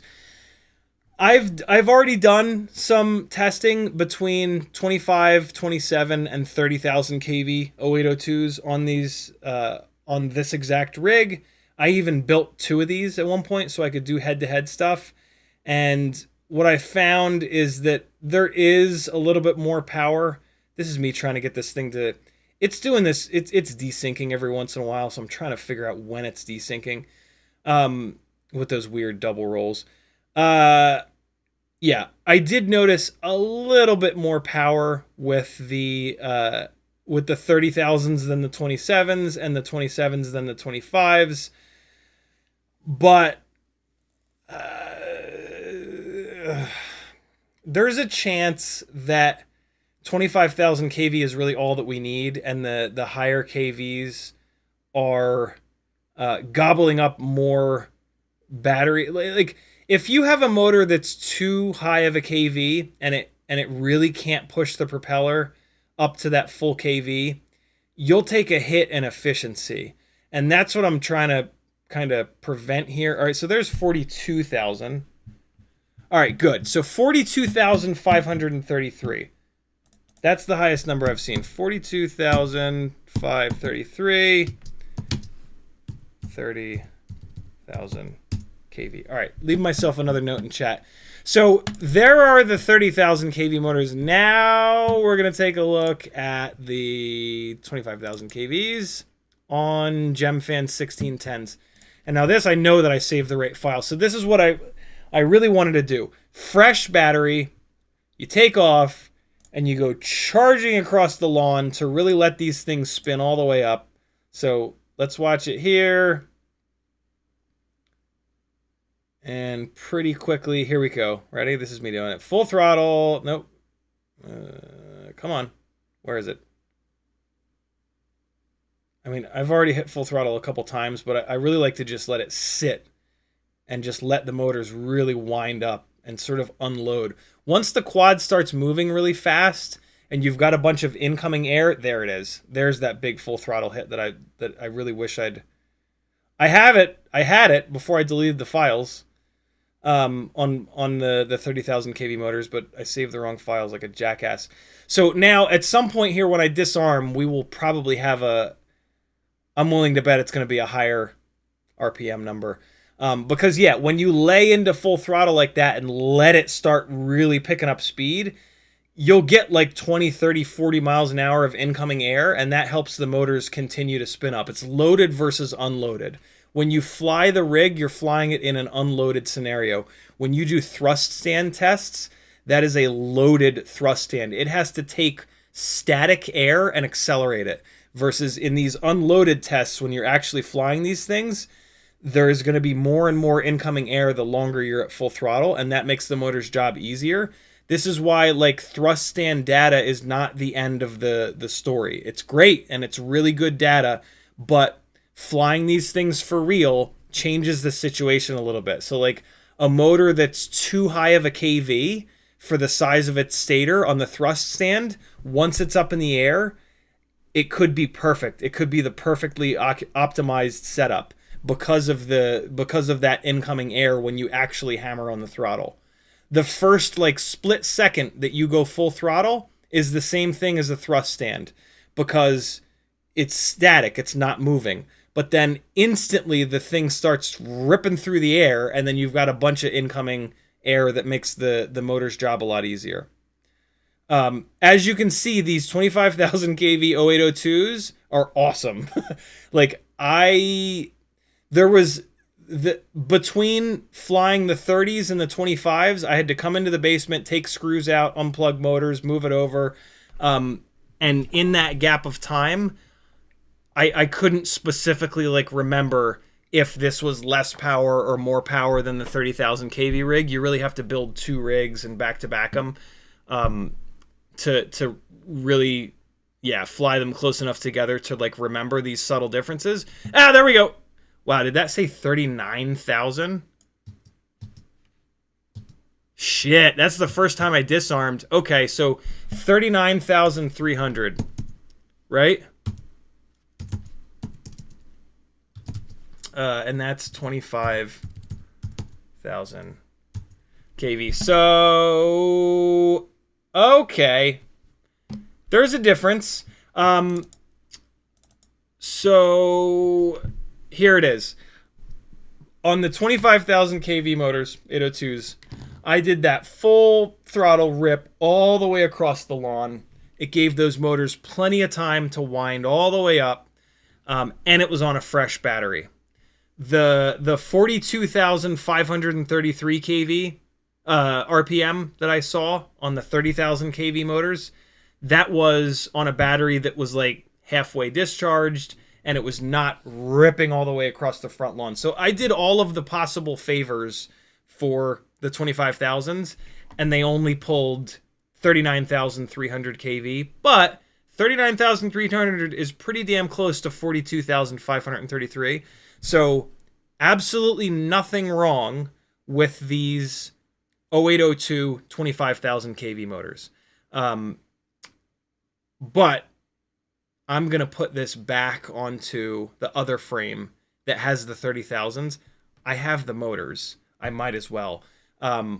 Although, what I'm going to do before that is some efficiency testing. I'm going to do some runtime testing.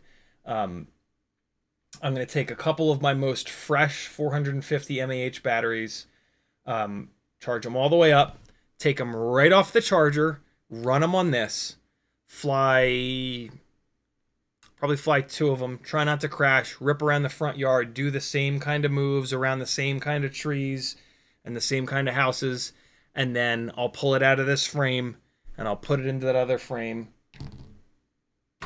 Here it is. I'll put it back into this frame with these 30,000 kV motors that have the 1.5 millimeter shafts. These are kind of Frankenstein motors. They're 30,000 kV stators, and then I took a set of iGal bells with the 1.5 millimeter motor shafts and put them together.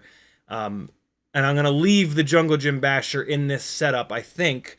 I'm going to do the efficiency testing again with this, and as long as there's not a massive difference in runtime between these, I will leave it on these motors. Again, because I have them.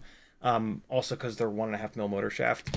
But yeah, that is a much smaller... Oh! Somebody said go back and they saw 43,000... Oh! What was that? I didn't think... Was there another crash? Where's the other crash? How the hell did I miss? Oh, is that it? Hey, there it is. Wow. Okay. But, again, that was doing all the favors. Freshly charged battery and whatnot. I will do... Okay, yeah, we're good. We're good. When I do the efficiency testing, I will redo that. I will make sure that on the 30... I will not delete the file. Did I maybe not empty the trash can? No, of course I emptied the trash can. What a jerk. Yeah, I'll redo that test to get an RPM off the 30,000 kV motors. But these felt very similar. These felt very, very, very similar, which is good. Look, the motors, the 0802s that are available to you guys with a 1.5 millimeter motor shaft are 25,000 kV, or 20,000 kV, 25,000 kV, 27,000 kV. The 27,000 kV ones are the iGal ones, and they're purple, and they're awesome. So you should just get those. 27 is in between 30 and 25. They've got the 1.5 millimeter motor shaft. If you don't want the full 27,000 kV, motor limit them down a little bit. Someday maybe you'll use that extra. I've been saying that for a long time now. I've been telling you guys that the hot Jungle Gym Basher / outside 75mm whoop setup is a Mobula 7.1 SCLRS with the iGal motors, BT 2.0, and the folded cell 450 mAh batteries. That's still the hot combo.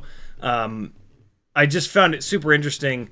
Butterfly FPV has been taking motors and taking them apart, taking a look at how many winds are on each stator pole, micrometering the thickness of the winding material, and these old school HappyModel 0802 25,000s that lots of people love on 75mm rigs. They've got big, thick winding material, which means that it seems to mean that it's like a really optimized motor, and it's got a lot of copper on the stator, which will make it run cooler and make more actual torque and power. And so I really wanted to test that. Look, it's a HappyModel motor though, and HappyModel seems to really care about these little motors, and they seem to run the correct thickness winding material in them.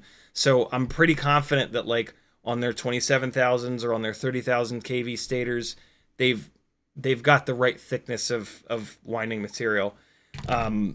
So yeah, the last step in this testing is going to be efficiency. I wanted to test that today, but I just didn't get to it.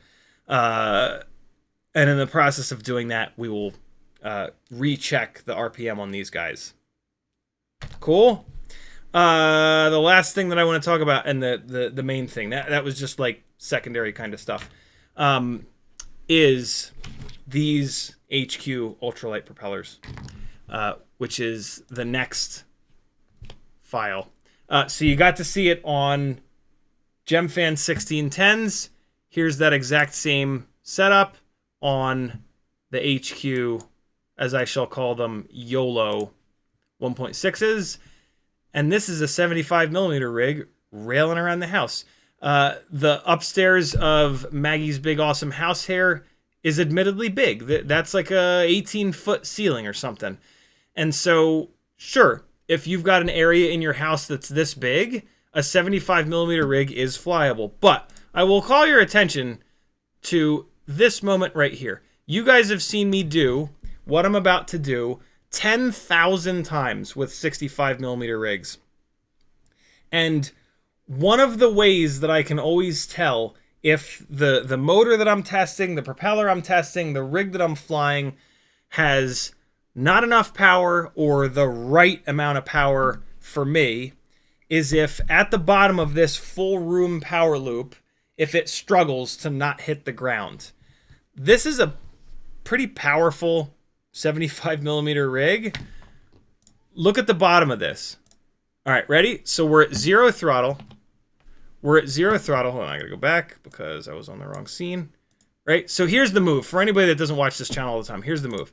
You fly it up to this wall, you climb up the wall, and then you hammer it. It stalls up at the corner, and then I go full throttle, as you can see here, and I just try to skim the roof. The roof is like, the ceiling in there is like this, and I want to go up, so I climb up the wall, and then I'm trying to go up and then trace it down, and then, so it's like a big power loop through the whole room, but it's like a proximity power loop, right?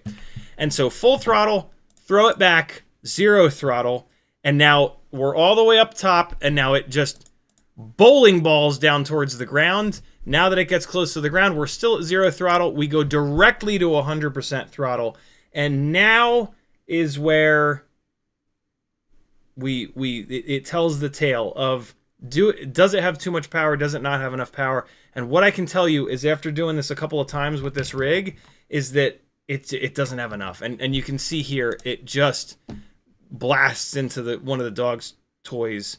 And just that, like that moment at the bottom of the dive, the 65mm rigs just eat that up. Like at the bottom of this dive,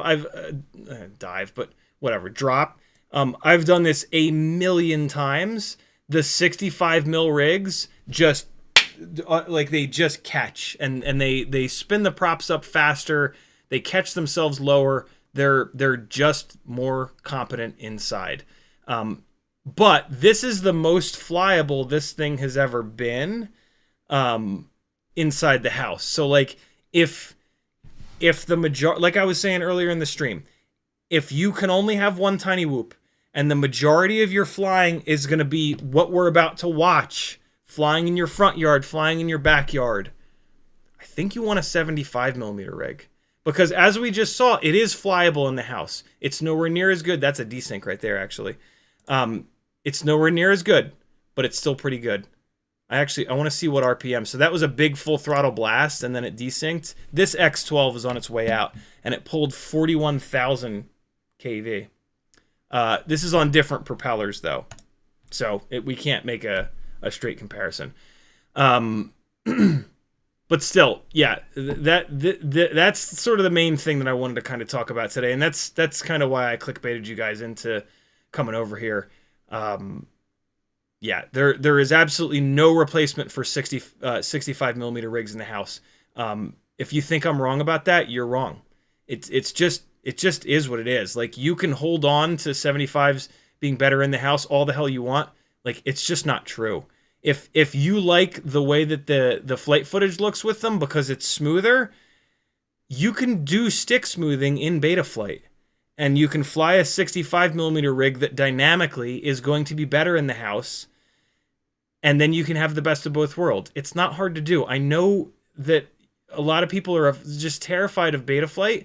But like, look, just ask somebody that's not terrified of Betaflight. They'll show you how to do it in 4 seconds. Ask me on a live stream. I'll show you how to do it in 4 seconds. It's called jitter reduction in the PID tab. Make the number higher. Or it's called RC smoothing in the receiver tab. Make the number higher. Done. Like, it's so easy. And look, you can turn it up, you can turn it down. If you fly like a big, fat, sloppy, lazy rig inside the house, you can't make it sharper. It's the wrong thing to do. Unless you can only have one tiny whoop and you fly outside more than inside. Then, sure. But 65mm rigs in the house are just unquestionably better at everything. Like, it's just the truth. People that get out of like people that build like a high kV or a lightweight proper 65mm rig and they actually give it a chance and really compare it inside the house doing like really acrobatic stuff. That's when I get the message like, yeah, sorry, I was talking so much shit. I actually built a good one. And actually, like, opened my mind and gave it a chance. Like, it's just physics, man. It's just physics. Like, weight. Something is heavier. It's going to have more momentum. And it's going to be harder to fly in a scenario where you've got a million things that are going to reach out and grab you. And you're going to hit, right? You can't fucking argue with physics. I mean, you can. Half the country does. But they're all dead-ass wrong. Science is science. It's a good thing. Come on to Team Science, friends. We have cookies and facts. It's amazing. I love this big throw up over there. As you can see, I love that big throw over the house. Look at this runtime, too. 3 minutes and 40. We're still cruising around at like 3.5. I really like these HQ ultralight props. They're really sharp. They're nice and light. Let me get you a... Oh, no, I don't have them. I'm not going to take them off of here.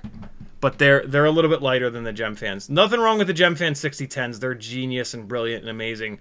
But yeah, these HQ ultralights are pretty good. I'm going to run them for a while here. Not much. This is me just... I fucking love flying around trees like this in the branches and shit. It's just super fun. But it's not... Yeah, you guys don't need to see that. We're going to fly a little bit, but let me get caught up on chat. Daytona Jim 78 with a $4.99 super chat. Thank you, brother. He says, how about the HappyModel EX 1002 20,000 kV? Unfortunately, 20,000 kV is too low. 22,000 kV is just barely high enough. So yeah, those also the 1002s are significantly heavier. So you've got a heavier motor that makes less power because it's too low of a kV. And so you end up with something that just is, it's not very fun to fly. You can try to put a Band-Aid on it by running tri-blades. But then the propellers get heavier. So your response time gets worse. So the flight characteristics kind of suck and it prop washes and shit like that. It's not the way. The way is bi-blades with 802s, 25,000 kV, 27,000 kV, 30,000 kV. It is just amazing. With analog, when you add 6 grams or 5 grams for HG0 or walk snail, everything changes. And the 0802s are actually too small. I've been doing loads of live streams about that stuff. I can't dive into it now. We don't have the time, but yeah, we've this whole live stream, all we've been talking about is analog. That's very important.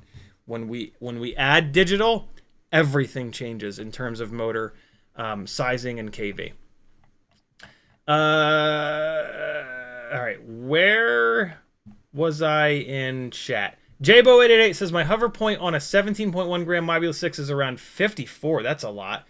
Right on the bad jello point. Why is mine so much higher than yours on similar rigs?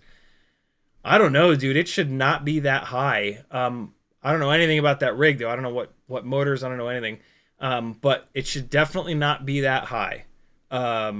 If you're using Throttle Expo, turn it off just to make sure that there's not something weird going on there.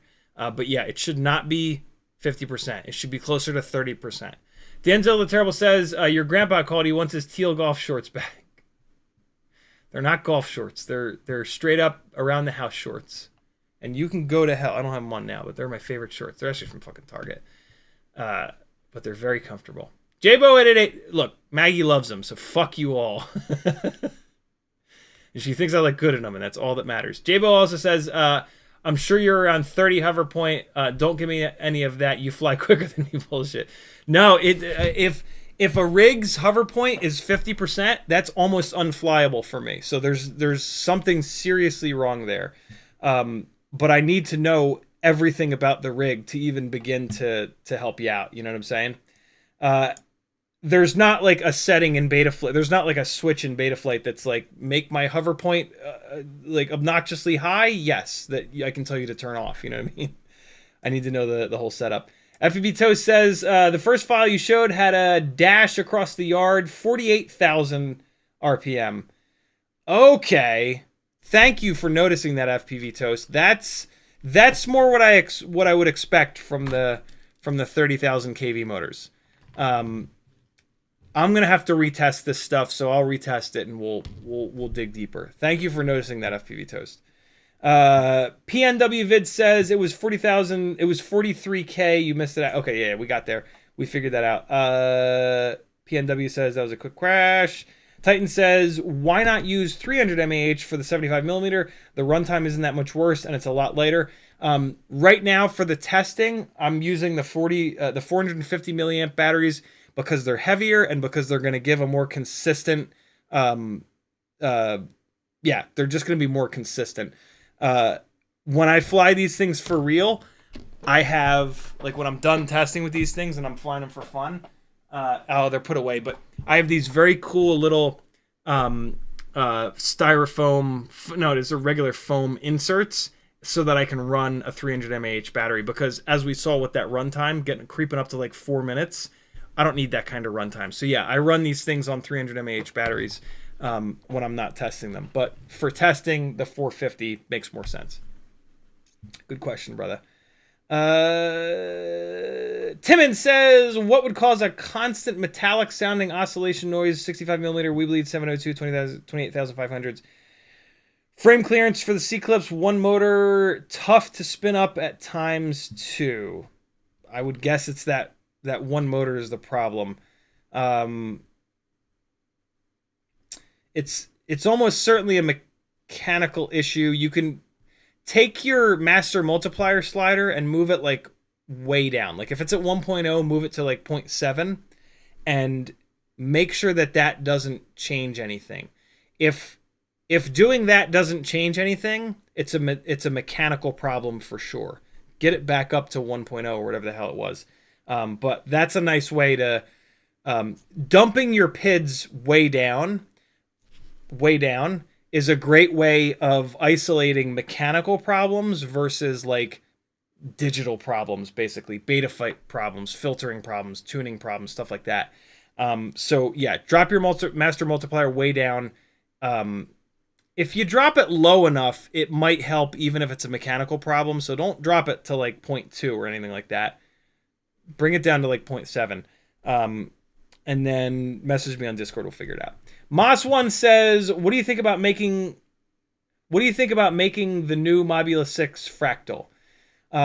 What that would do is it would make it heavier. So it would fly worse. It would get less runtime and it would have worse power to weight. The fractal frames have additional things blocking the thrust down on the bottom. So that would also decrease the amount of thrust and decrease the efficiency and runtime. The camera mount on the fractal stuff is, it doesn't hold the camera straight. The camera can rotate. So that's going to make you fly a lot worse. It'll be cool that there won't be ducts in view. But that's about the only improvement that you're going to get from a fractal frame, unfortunately. I have been deep down the fractal frame rabbit hole. Hundreds and hundreds and hundreds of batteries through them. I've wanted them to work so bad, but unfortunately they just don't. They solve a problem that doesn't exist, which is they solve a non-existent problem of not being able to get an aggressive enough PID tune on a tiny whoop. That's a problem that doesn't exist. This rig on a floppy plastic frame has the D-gain slider. Well, here, I'll show you. Just in case you don't believe me, I'll show you.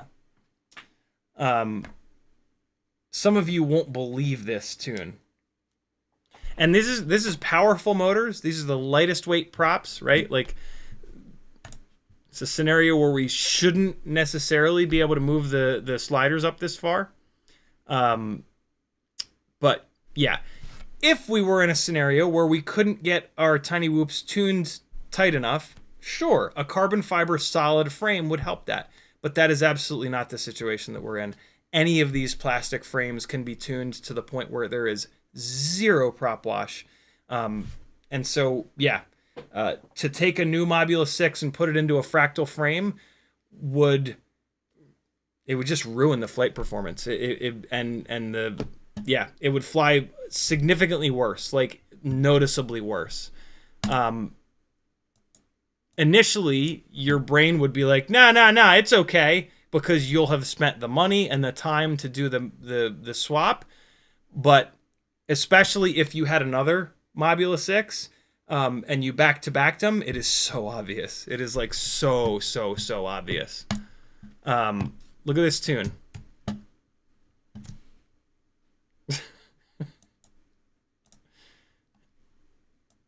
Right? Like, look at these numbers. This is on a terrible, floppy, awful plastic frame. Oh! And like, you know, not super aggressive filter settings, but like these are aggressive enough filter settings that, ooh, I want to actually turn this down to 1. These are aggressive enough filter settings where you have lost the majority of the latency that you can get. To push your filters any farther than this, you're going to get fractions of a millisecond. You're going to save fractions of a millisecond of latency, and it's just not worth it. It's better to run a little bit of extra filtering so that you can run the PIDs up a little bit higher in terms of flight performance and getting a rig that actually performs really well. So yeah. Those, by the way, those PID settings, being able to push those sliders so high and needing to run those sliders so high is an example also of how like 75 millimeter rigs are just not as sharp as the 65 millimeter rigs. You could never push, and you would never need to, but you could never push the PIDs that high on a 65 rig because the battery voltage, motor size, KV, propeller combination, which I call the powertrain, is so much better optimized, and the response time is so much quicker that there's no need to push the PIDs. Pushing the PIDs up like that is a band-aid. I'm actually going to look into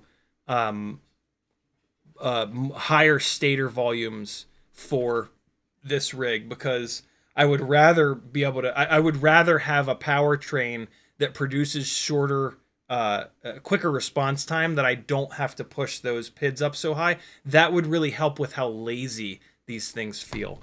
The 75 millimeter rigs feel. So yeah, I'm gonna play around with that. But the problem is we go straight from 802 up to 1002, and there are no high KV motor options there.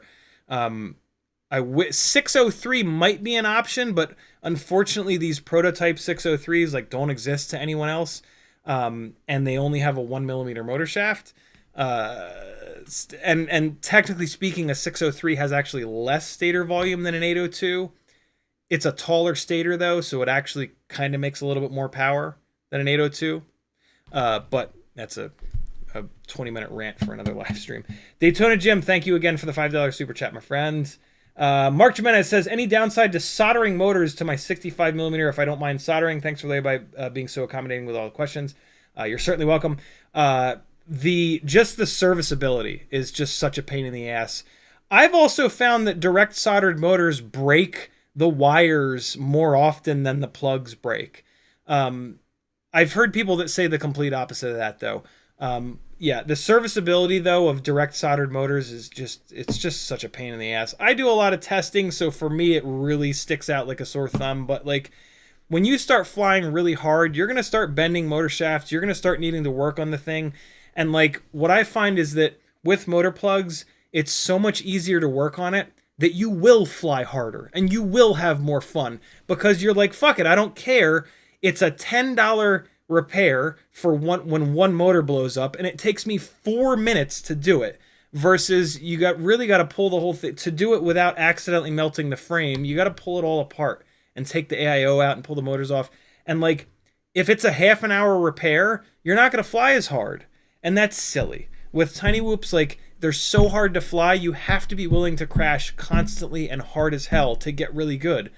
And getting really good is so rewarding and so fun that like a part of that whole flywheel, in my opinion, is easy serviceability. So I really don't recommend that you direct solder the motors. The benefits are that you'll get a little bit more runtime, you'll get a little bit more power. But yeah, to me, that is outweighed by the serviceability factor. But you guys are all allowed to have your own opinions on that, right? I'm giving you my experience and the experience from a lot of people that I talk to that go down this rabbit hole to try to get really good at these things. But everybody's different, and there's no right or wrong answers when it comes to that. Striker, YouTube did the thing.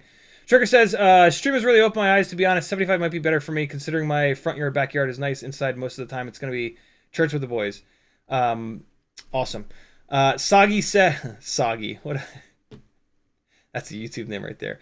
I direct soldered my motors and now one stutters. Is it just a short, or did I break the ESC? I have no idea. You're going to have to figure that out, brother. To desolder that motor and resolder that motor, that'll start to kind of figure it out. Yeah, you could have... if you desolder that motor and resolder that motor and it keeps doing it, it's probably the ESC. It's probably the AIO. What you can do, that would be the first thing that I would recommend. Desolder that motor, solder it back on. If the behavior continues, desolder that motor again, desolder another motor, swap them. See if the problem chases the motor or see if the problem stays on that ESC channel. And now you've really figured out what's going on, right? Because it could be the motor. It's probably not, but it could be the motor. So do that. There you go. That's how you figure that out. Winder says hi. Strager says, of course, there's also the fact that I'm poor. Can only afford one tiny whoop. Specific one cannot break often. Verbalance says, I started FPV about 2 months ago with walk snail, but I want analog extra for a 65mm whoop. Any suggestions for a cheap, good module for Goggles X? Cheap, good module for Goggles X. It's got to be the SpeedyB module. SpeedyB is the best module that's cheapish. So yeah, SpeedyB it up, my friend. Mick Mucus says, brand new build, 75mm, dialing in the tune. I love what I have, except the motors spin up a lot when I go inverted. Yeah, they do. Any easy adjustment for this characteristic? Nope. You got to back the PID tune off, which sucks, and you don't want to do it. This thing does that, and it's one of the things I really don't like about it. There is really not a great solution to that, unfortunately. That's one of the things I don't like about 75mm rigs in the house, because when that happens inside the house, it's like pulling you down, and you don't have that. You got to maximize like every bit of space in the house. So if you're inverted and the motors spin up a little bit, like you're doomed, right? You're trying to slam down an inch from the ground. Those motors spin up a little bit, and that your timing is wrecked. So I have that same problem. It's super annoying. It's the PID loop trying to correct something. It's something is happening up there. It's getting a little draft or something like that, and it's making sure that the rig doesn't wobble, right? So it's giving you that nice smooth camera angle, which is why if you back the PIDs off, it helps. But you can't really back the PIDs off on these. These need loads of PID gain. This is one of the reasons that I want to try to find a better powertrain for these things, where I don't have to run those PIDs so aggressively. Yeah, we'll see. Moss1 says, thank you. You're certainly welcome. JP says, is there a DJI no ducts in view? People friendly, please. Vista units are hard to come by, so might be a V3 air unit.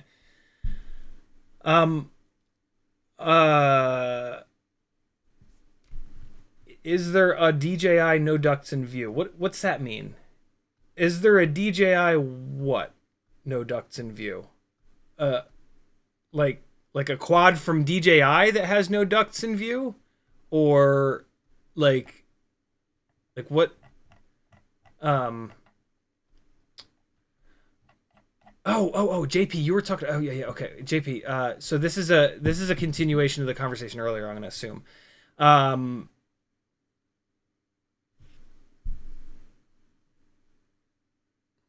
So I'd recommended a Toothpick, and so now it sounds like you don't like the fact that the props are in view. Although you said ducts, are you still looking for a ducted rig? And then you said Vista units are hard to come by. Are they? I thought they were everywhere still. Have they been discontinued? Oh, right. The disc is the Vista's been discontinued, but you don't need the Vista. The Caddx and the Runcam Link. Yeah, so you can still get Vistas everywhere. They're just not called a Vista anymore. So you've been searching for Vista, which was discontinued a little bit ago. But yeah, Caddx and Runcam still have it's called the Runcam Link. And yeah, they're all over the place. They're in stock everywhere. So yeah, you can find these things absolutely everywhere. O3 air unit is significantly heavier and bigger, and it's going to make what you're looking for even more difficult. So I would not recommend that. Oh boy. Hold on.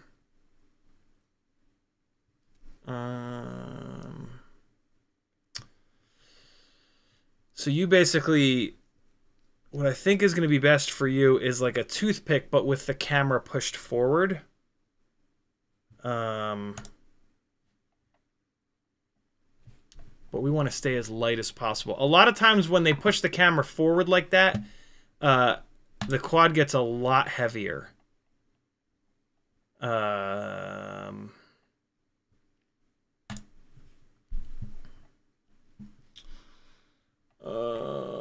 Shit. Help me out, Chad. I'm not good with bind and flies. What ultra light toothpick-ish weight, but with the camera pushed forward enough to not have much prop in view set up? Something like this. Something like this is what you're looking for.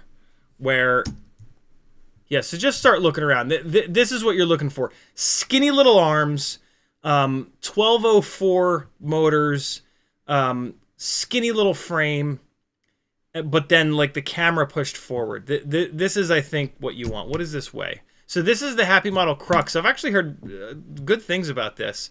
Don't get 3.5. Get like, they have like a Crux 30. Oh, for Christ's sakes. Bind and flies are such a pain in the ass. Oh my god, I'm so tired of the 3.5 inch thing. Here you go. Gep RC Smart 2.5. This is more like what you want. Weight is only 92 grams. Now we're talking. Yeah, see if you can find this. Gep RC makes good stuff. Gep RC Smart 2.5. This is probably fucking perfect for you. But this is what you're looking for. Skinny little arms, like 1204, 1303 kind of motors. Yeah. Something like this. 2.5 inch or 3 inch. That's what you want. That's what you want, man. Where am I at here? Bergeron says, sweet cheat shirt. Thank you, dude. Render says, I wish Beta FPV motors were reliable because those 1102 22,000s fly nice. Yeah, me too. Me too. The 1102 22,000s are a hell of a motor, but man, they are fragile and they are not balanced. Right out of the box, they are not balanced. It's such a shame. Sharker says, what's going to be more durable in the front yard and in the warehouse type situations on soft surface, grass carpet, 75 or 65? Oh, hell, I don't know. I mean, it depends. It depends on how you build them. There's not like a hard and fast answer. Like a 75 millimeter rig. Yeah, I mean, there's different frames that are more or less durable, that are heavier or lighter. So yeah, it just depends. There's not. I can't answer that question. Sagi says, if I did break the AIO, what should I replace it with? I would get the 5-inch one that just came out from Beta FPV, but they sold out immediately. What do we? I don't know what we're talking about here. Yeah, I have no idea what we're talking about here, Sagi. I don't know what. The only answer I can give you is to replace the AIO with the same one. That's the safest bet. And if the AIO was working fine, there's nothing wrong with doing that. Yeah, like AIOs, flight controllers, like if they work, awesome. Like just stick with them.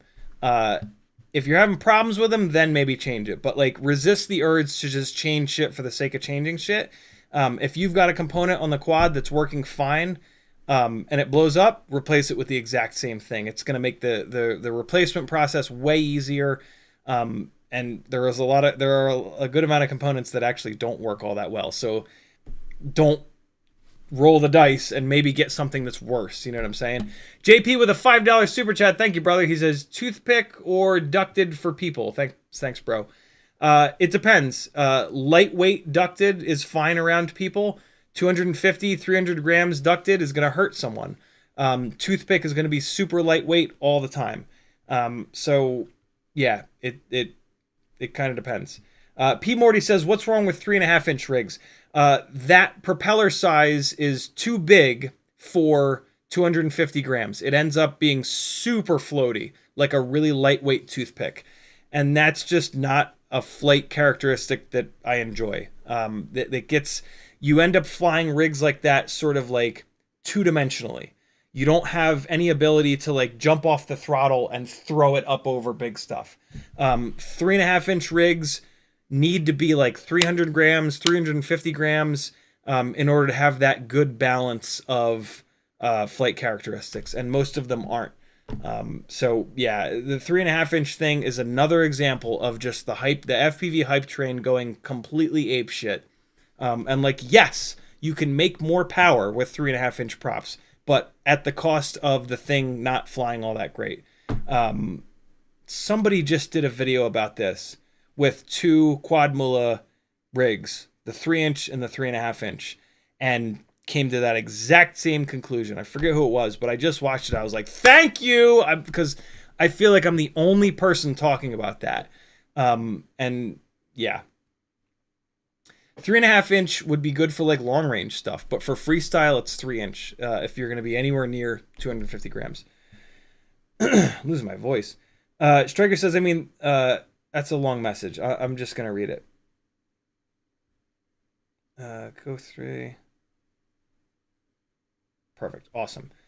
You guys can read. Striker's tagging me a ton. Soggy says, I have no 1 key on my keyboard. I meant 5-in-1, but you read 5-inch. Oh, okay. Beta,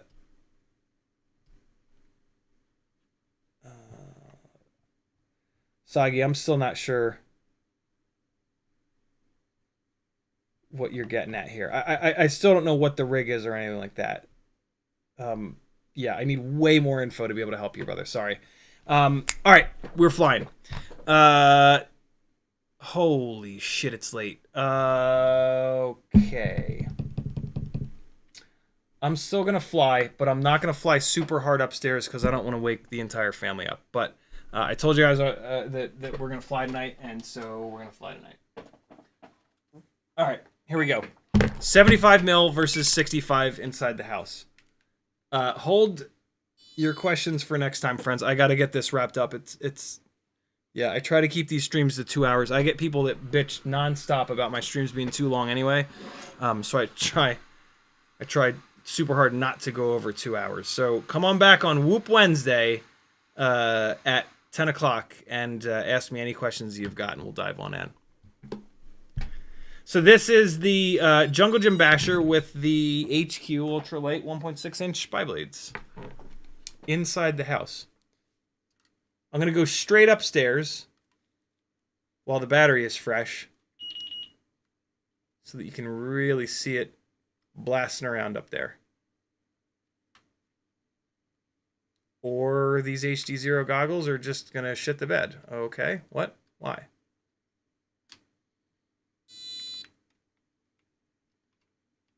Can you work, please? Would you mind working? Oh, look, it's a Teddy Spaghetti. A wild Teddy Spaghetti has appeared. I didn't hear him walk up. Watch the reaction as soon as this thing moves. Ready? I'm just going to twitch the right stick.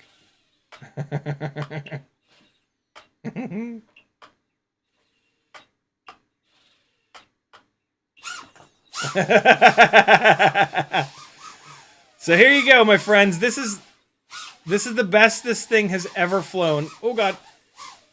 This is the best this thing has ever flown in terms of inside the house because these propellers are very lightweight. And they've really helped with the response time, which is one of the biggest issues that I've had with this thing. Trying to fly it in the house. Crash recovery, thank you very much. And this is a pretty powerful setup! But it still really lacks the immediate power that you need if you're going to fly in like a really tight environment like this. All right, and so one of the things I want you to notice, right? When I come in here, look how much roll I have to put in, right? So I fly through here, and I want to just make this turn and that turn. Look how much I have to roll. That's because this thing is heavier. It's carrying a bunch more momentum in here So I have to really roll it over to keep it from sliding into the cabinets like that, okay? And that is the problem with these 75 mil rigs, is they're just heavy. And so you, I don't like the way that looks. I prefer to keep my horizon flat and coordinate my sticks and fly around like this. This looks better. This looks more cinematic. Every single movie and TV show you've ever watched has had their horizon level because they use gimbals and tripods, and it's just what they do. They keep the horizon level. And so when we start flying FPV and people can't watch our footage, a lot of the reason is because we keep doing this, and we keep doing this, and we roll, and the horizon goes crazy, and people hold their eyes and go, "Oh my God, what the hell are you doing?" So one of the ways that I fly is like that, where I coordinate the sticks. But with a heavy rig, in order for me to go into that little area and go flat, I have to look all the way over at the oven like that. And now I'm just sliding sideways, right? I have to, and see, I'm still hitting the outside wall. And so my flight style benefits lighter weight rigs. And the 65 mil rigs are just inherently a lot lighter. And so, yeah, that's one of the sort of big things. Also, I think it's harder. I think it's significantly harder to fly when you have to put that much roll in, right? When you're flying around this stuff, and you're like, you just have to work a lot harder. You have to kind of fly around the gear rather than the gear working for you. All that being said, this thing is more flyable than ever, than it ever has been in the house. I'm going to swap this battery out. And yeah, it's not bad. Look at that. We pulled 39,000 kV inside the house. Mikhail, that's a great question, but man, I gotta wrap this stream up, brother. Ask me on Whoop Wednesday, and we'll dive into that, because I have some I have lots of thoughts for you. Or if you really want to go down the rabbit hole, schedule a half-an-hour session. We can just go one-on-one, talk about it for a while, because there's a lot to learn there. I've learned a lot in the last almost 3 years of flying professionally with my 107. All right, so we flew upstairs a little bit. Whoa, okay. Now we're gonna fly downstairs a little. If you listen really carefully, you'll be able to hear the motors spinning up when I'm inverted, which is what somebody had asked in the chat about.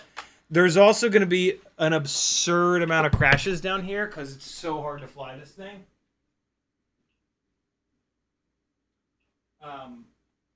In such a tight area. Yes, I suck as a pilot, but I'm not that bad. I'm not as bad as I'm about to look.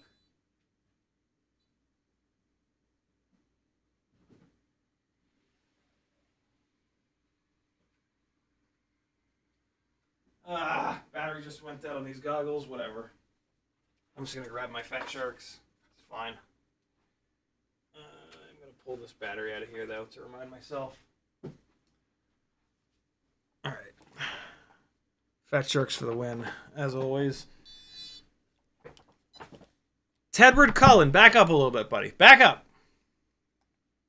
Don't back up, Teddy. Good boy. Just stay right there.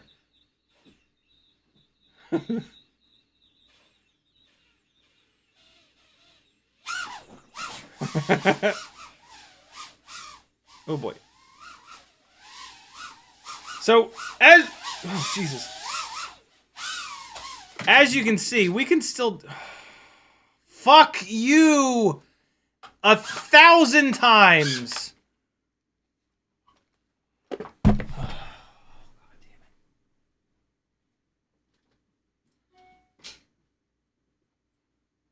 It is just excruciating flying 75mm rigs in the house. Sometimes. Hope you guys appreciate this. Yeah, like I was saying before, if you listen really carefully, when I go off the throttle, you'll hear it still spin up. See, like that. Like, it happens... It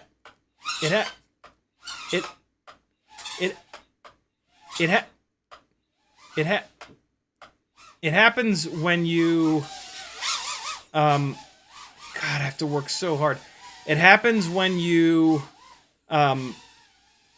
chop the throttle and like turn it. Oh, Jesus fucking Christ. Are you kidding me right now?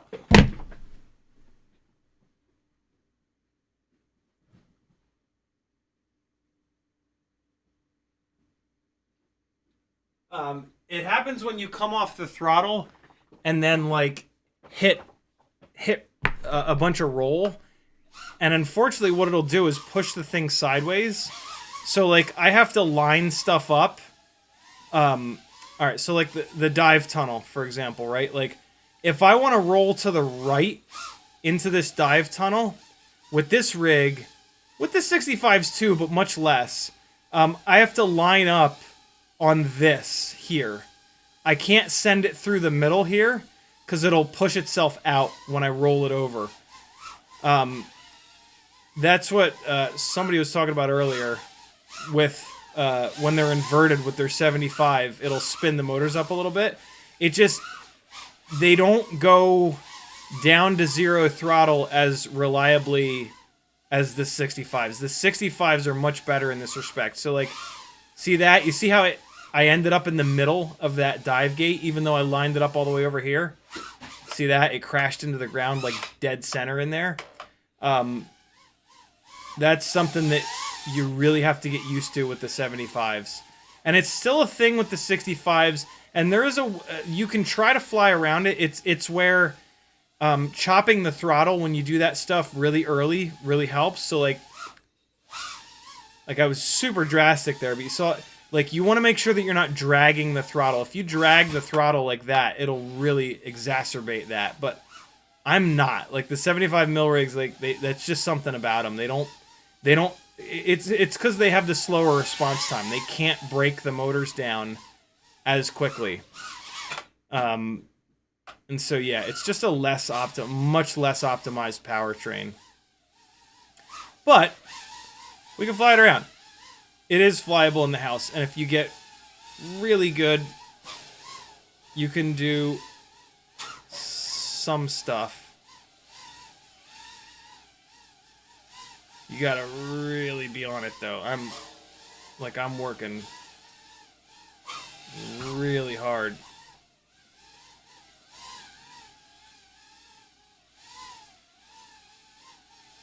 There we go, there's a couple.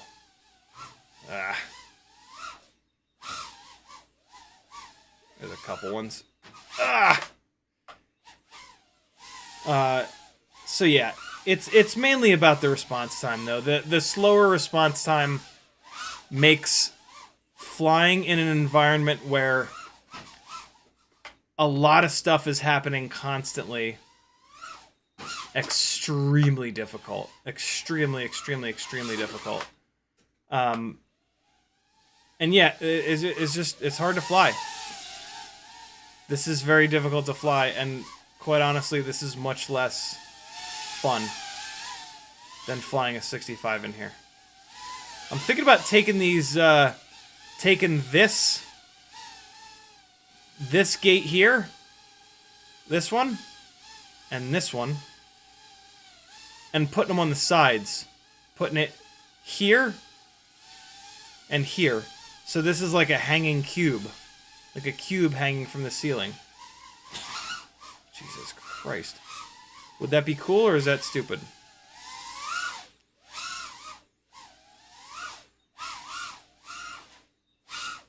So, again, we can do stuff, but I'm having to work real hard. real hard. To do this stuff.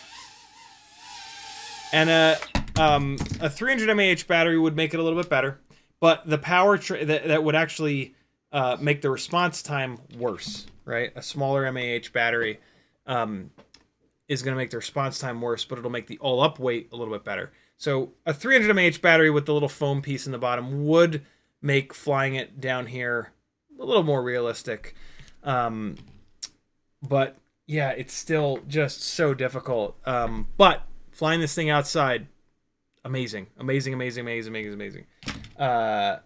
Let's go to...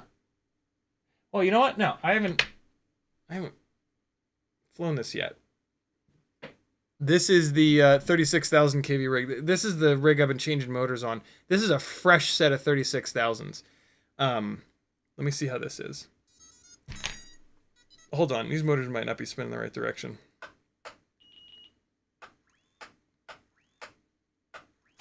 Whoop. Yep, they're not. Nope, they're not. Hold on. Ah, shitters.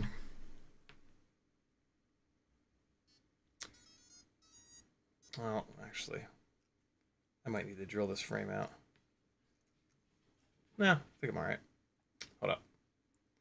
I should just take the 32,000 kV rig, but I'm you know, power. Oh, I quit out of Betaflight. Now it's gonna take forever to load back up. Let's go 32,000. It'll be fine. Get in there, you bastard. Come on. I'm going to do this anyway, though. Motors. We get a murder here. Okay. Motor direction. I understand the risks. Wizard. Start and spin. What do we got? Motor 1 is correct. Motor 2 is correct. Motor 3 won't spin. What's going on, Motor 3? Why are you so upset?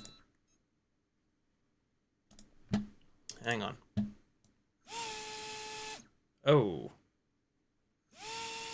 The motors are in the wrong spots. What the hell? What?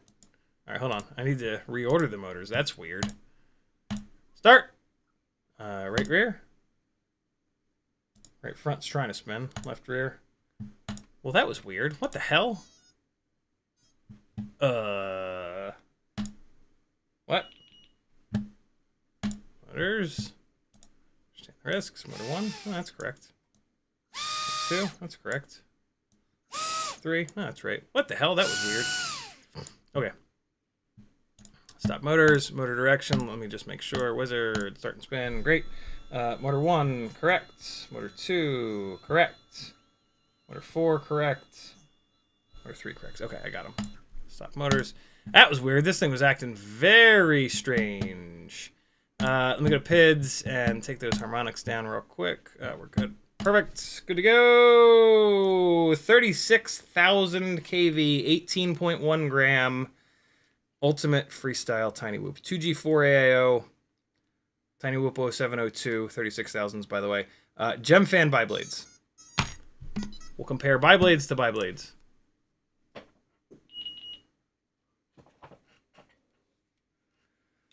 What's up, doggo? What? Yeah, this thing's acting fucking weird right now. There we go. There we go. Wow, okay. Okay. Hold on. Whoa, boy. Let's go upstairs real quick. So this is a fresh set of 36... Oh! This is a fresh set of 36,000. Jesus Christ. Okay, so the 36,000s I've been flying that I pounded on at Rampage, they're broken. Because they don't have... This is what I remember from the 36,000s, which is just mega power. All right, hold on. Let me get the throttle expo dialed in. I'm pretty sure there is none. 30%, throttle, 33%. All right, so I'm going to set the midpoint to 30. This feels like it has little to no throttle expo on it. Let's take a look. Great. And then throttle expo. Yeah, 20 is not enough for big power motors. Let's bring it all the way up to 40. And then set the midpoint at, what did I say, 30, I think? That should be pretty good. Save and exit. Oh, much better. Much better. All right, so now this is a 65mm rig. Wow, it is really... the yaw, there's a lot of PID gain on yaw. And so when I yaw, it's really jumping up in the air. Look at the violence on the yaw axis. This actually has... It is a bit much. I might be able to get used to it. I don't need to yaw it as violently. This kind of snappiness on yaw is a surefire sign of a powertrain that has really low, really quick, fast response time, which is what you want. Whoo, shit!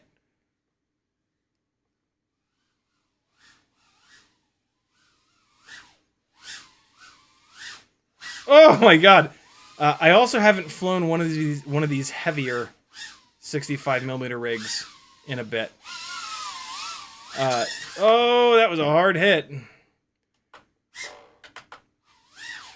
I'm used to the 16.5 gram 65mm rigs. This thing is at 18, which I know doesn't sound like a lot, but it is when you think about the percentages. The percent change from 16.5 to 18 is massive. What the fuck is happening? What the hell was that all about? Teddy? Man, this has some fucking jam.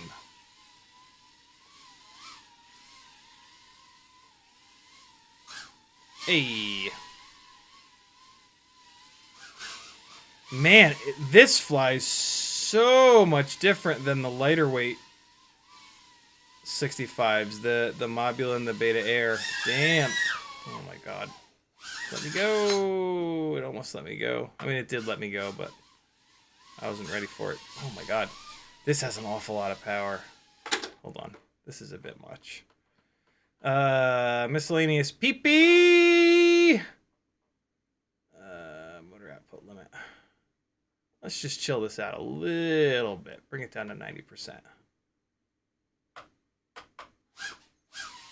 Jesus. It still has a lot. Oh! I was focused on the next gate that I was going at. I was going towards... Jesus Christ, on a cracker.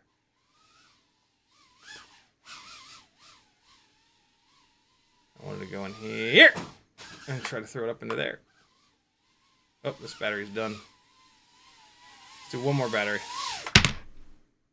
3 minutes and 25 seconds. Not bad for a billion kV. Striker, type more into each post and post less. You're filling up the entire chat, brother. Alright. This battery might be hammered ass. Last battery of the live stream, friends. Thanks for hanging. CiottiFPV.com if you like this kind of stuff and want to see it continue. I rely on you beautiful bastards. It'll only cost you a couple of bucks to support me. It's worth it, I swear. Here we go. If this battery is hammered ass, I'll throw a different one in there.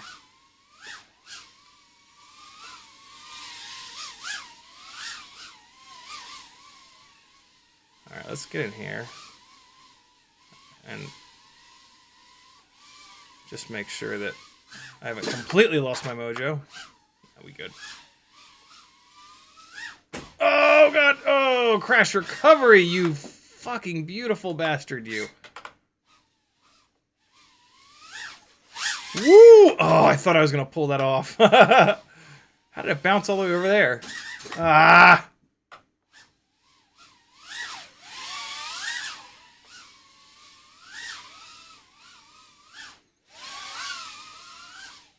And for the record, like, you know, like I was saying earlier, you can add a bunch of stick smoothing and fly this plenty smooth, right? Like, if I just pretend like I'm working an actual gig, I can fly this thing totally smooth. And I mean, this is with a whole bunch of feed forward, right? Like, if I turn off the feed forward, I couldn't decide if I wanted to go what I wanted to do with that gate.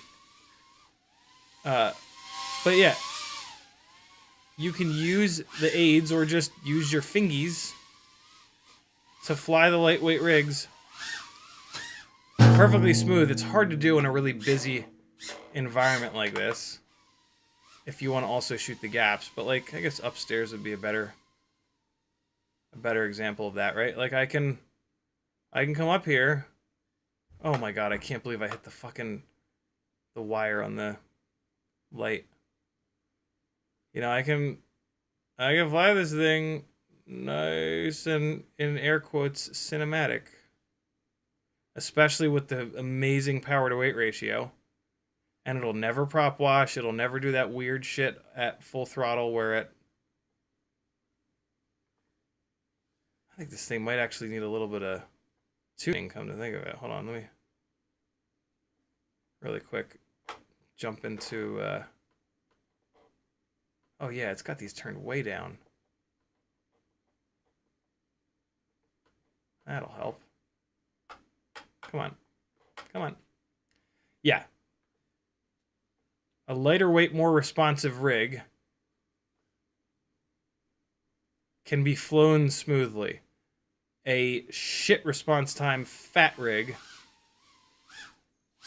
cannot be flown crisp like this. You know what I mean? Ah! Ah! I got rejected twice in a row. It's like back in college.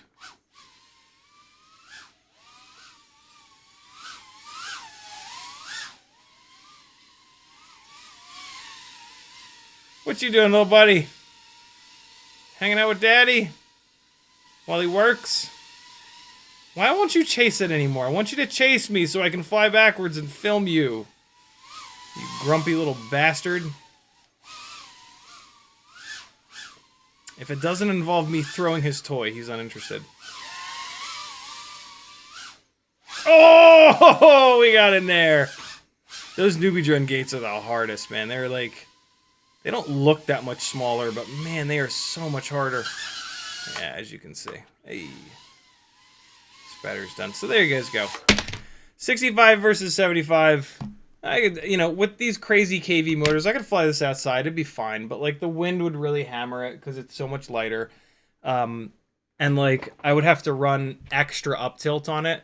Look, the 75 rigs are just better for outdoor stuff. But where are you going to fly your tiny whoop? A lot. If you're going to fly more inside than outside, 65. If you're going to fly more outside than inside, 75. Done. That's it. No need for fucking drama. No need for name calling. Come on. Wow, these 36,000 kV motors make some power. Holy shit. Yeah, this is the rig that I just absolutely hammered the hell out of at Rotor Riot Rampage, and I must have hurt these motors. These motors are probably, like, dirty and just beaten, and, I mean, they've taken so much abuse. These motors probably have 500 batteries through them. Yeah. That's a crazy difference. Jesus. All right, people. Thanks for hanging out. CiottiFPV.com. Support me. I'm going to leave. Kevin Sumner's getting the Apache Smoke Wounded Snipers in the chat. What's up, homie? Kevin Sumner with the last comment of the live stream. I know I'm missing a bunch of comments, but it's too late, guys. Jesus, it's almost 1 a.m. Remember those box square racing frames from like 5 years ago? Diatone GTB 339. Yeah. A lot of those box square frames, a lot of the early box frames, Cinewhoops, you can take the inserts out of, and they're I've been looking at them because there's some 3-inch ones that I might do for the cycle chasing stuff. But unfortunately, a lot of them are set up for 25 by 25 AIOs, which is just the worst. But thanks for hanging, friends. I'll see you Whoop Wednesday, 10 o'clock Eastern time. Be good. Here's some analog drift car chasing.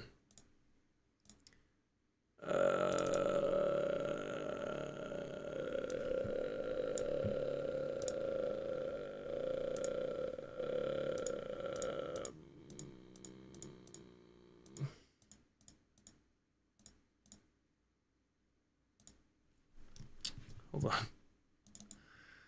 Spoke too soon.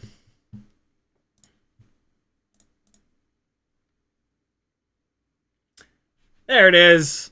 Love you, bye.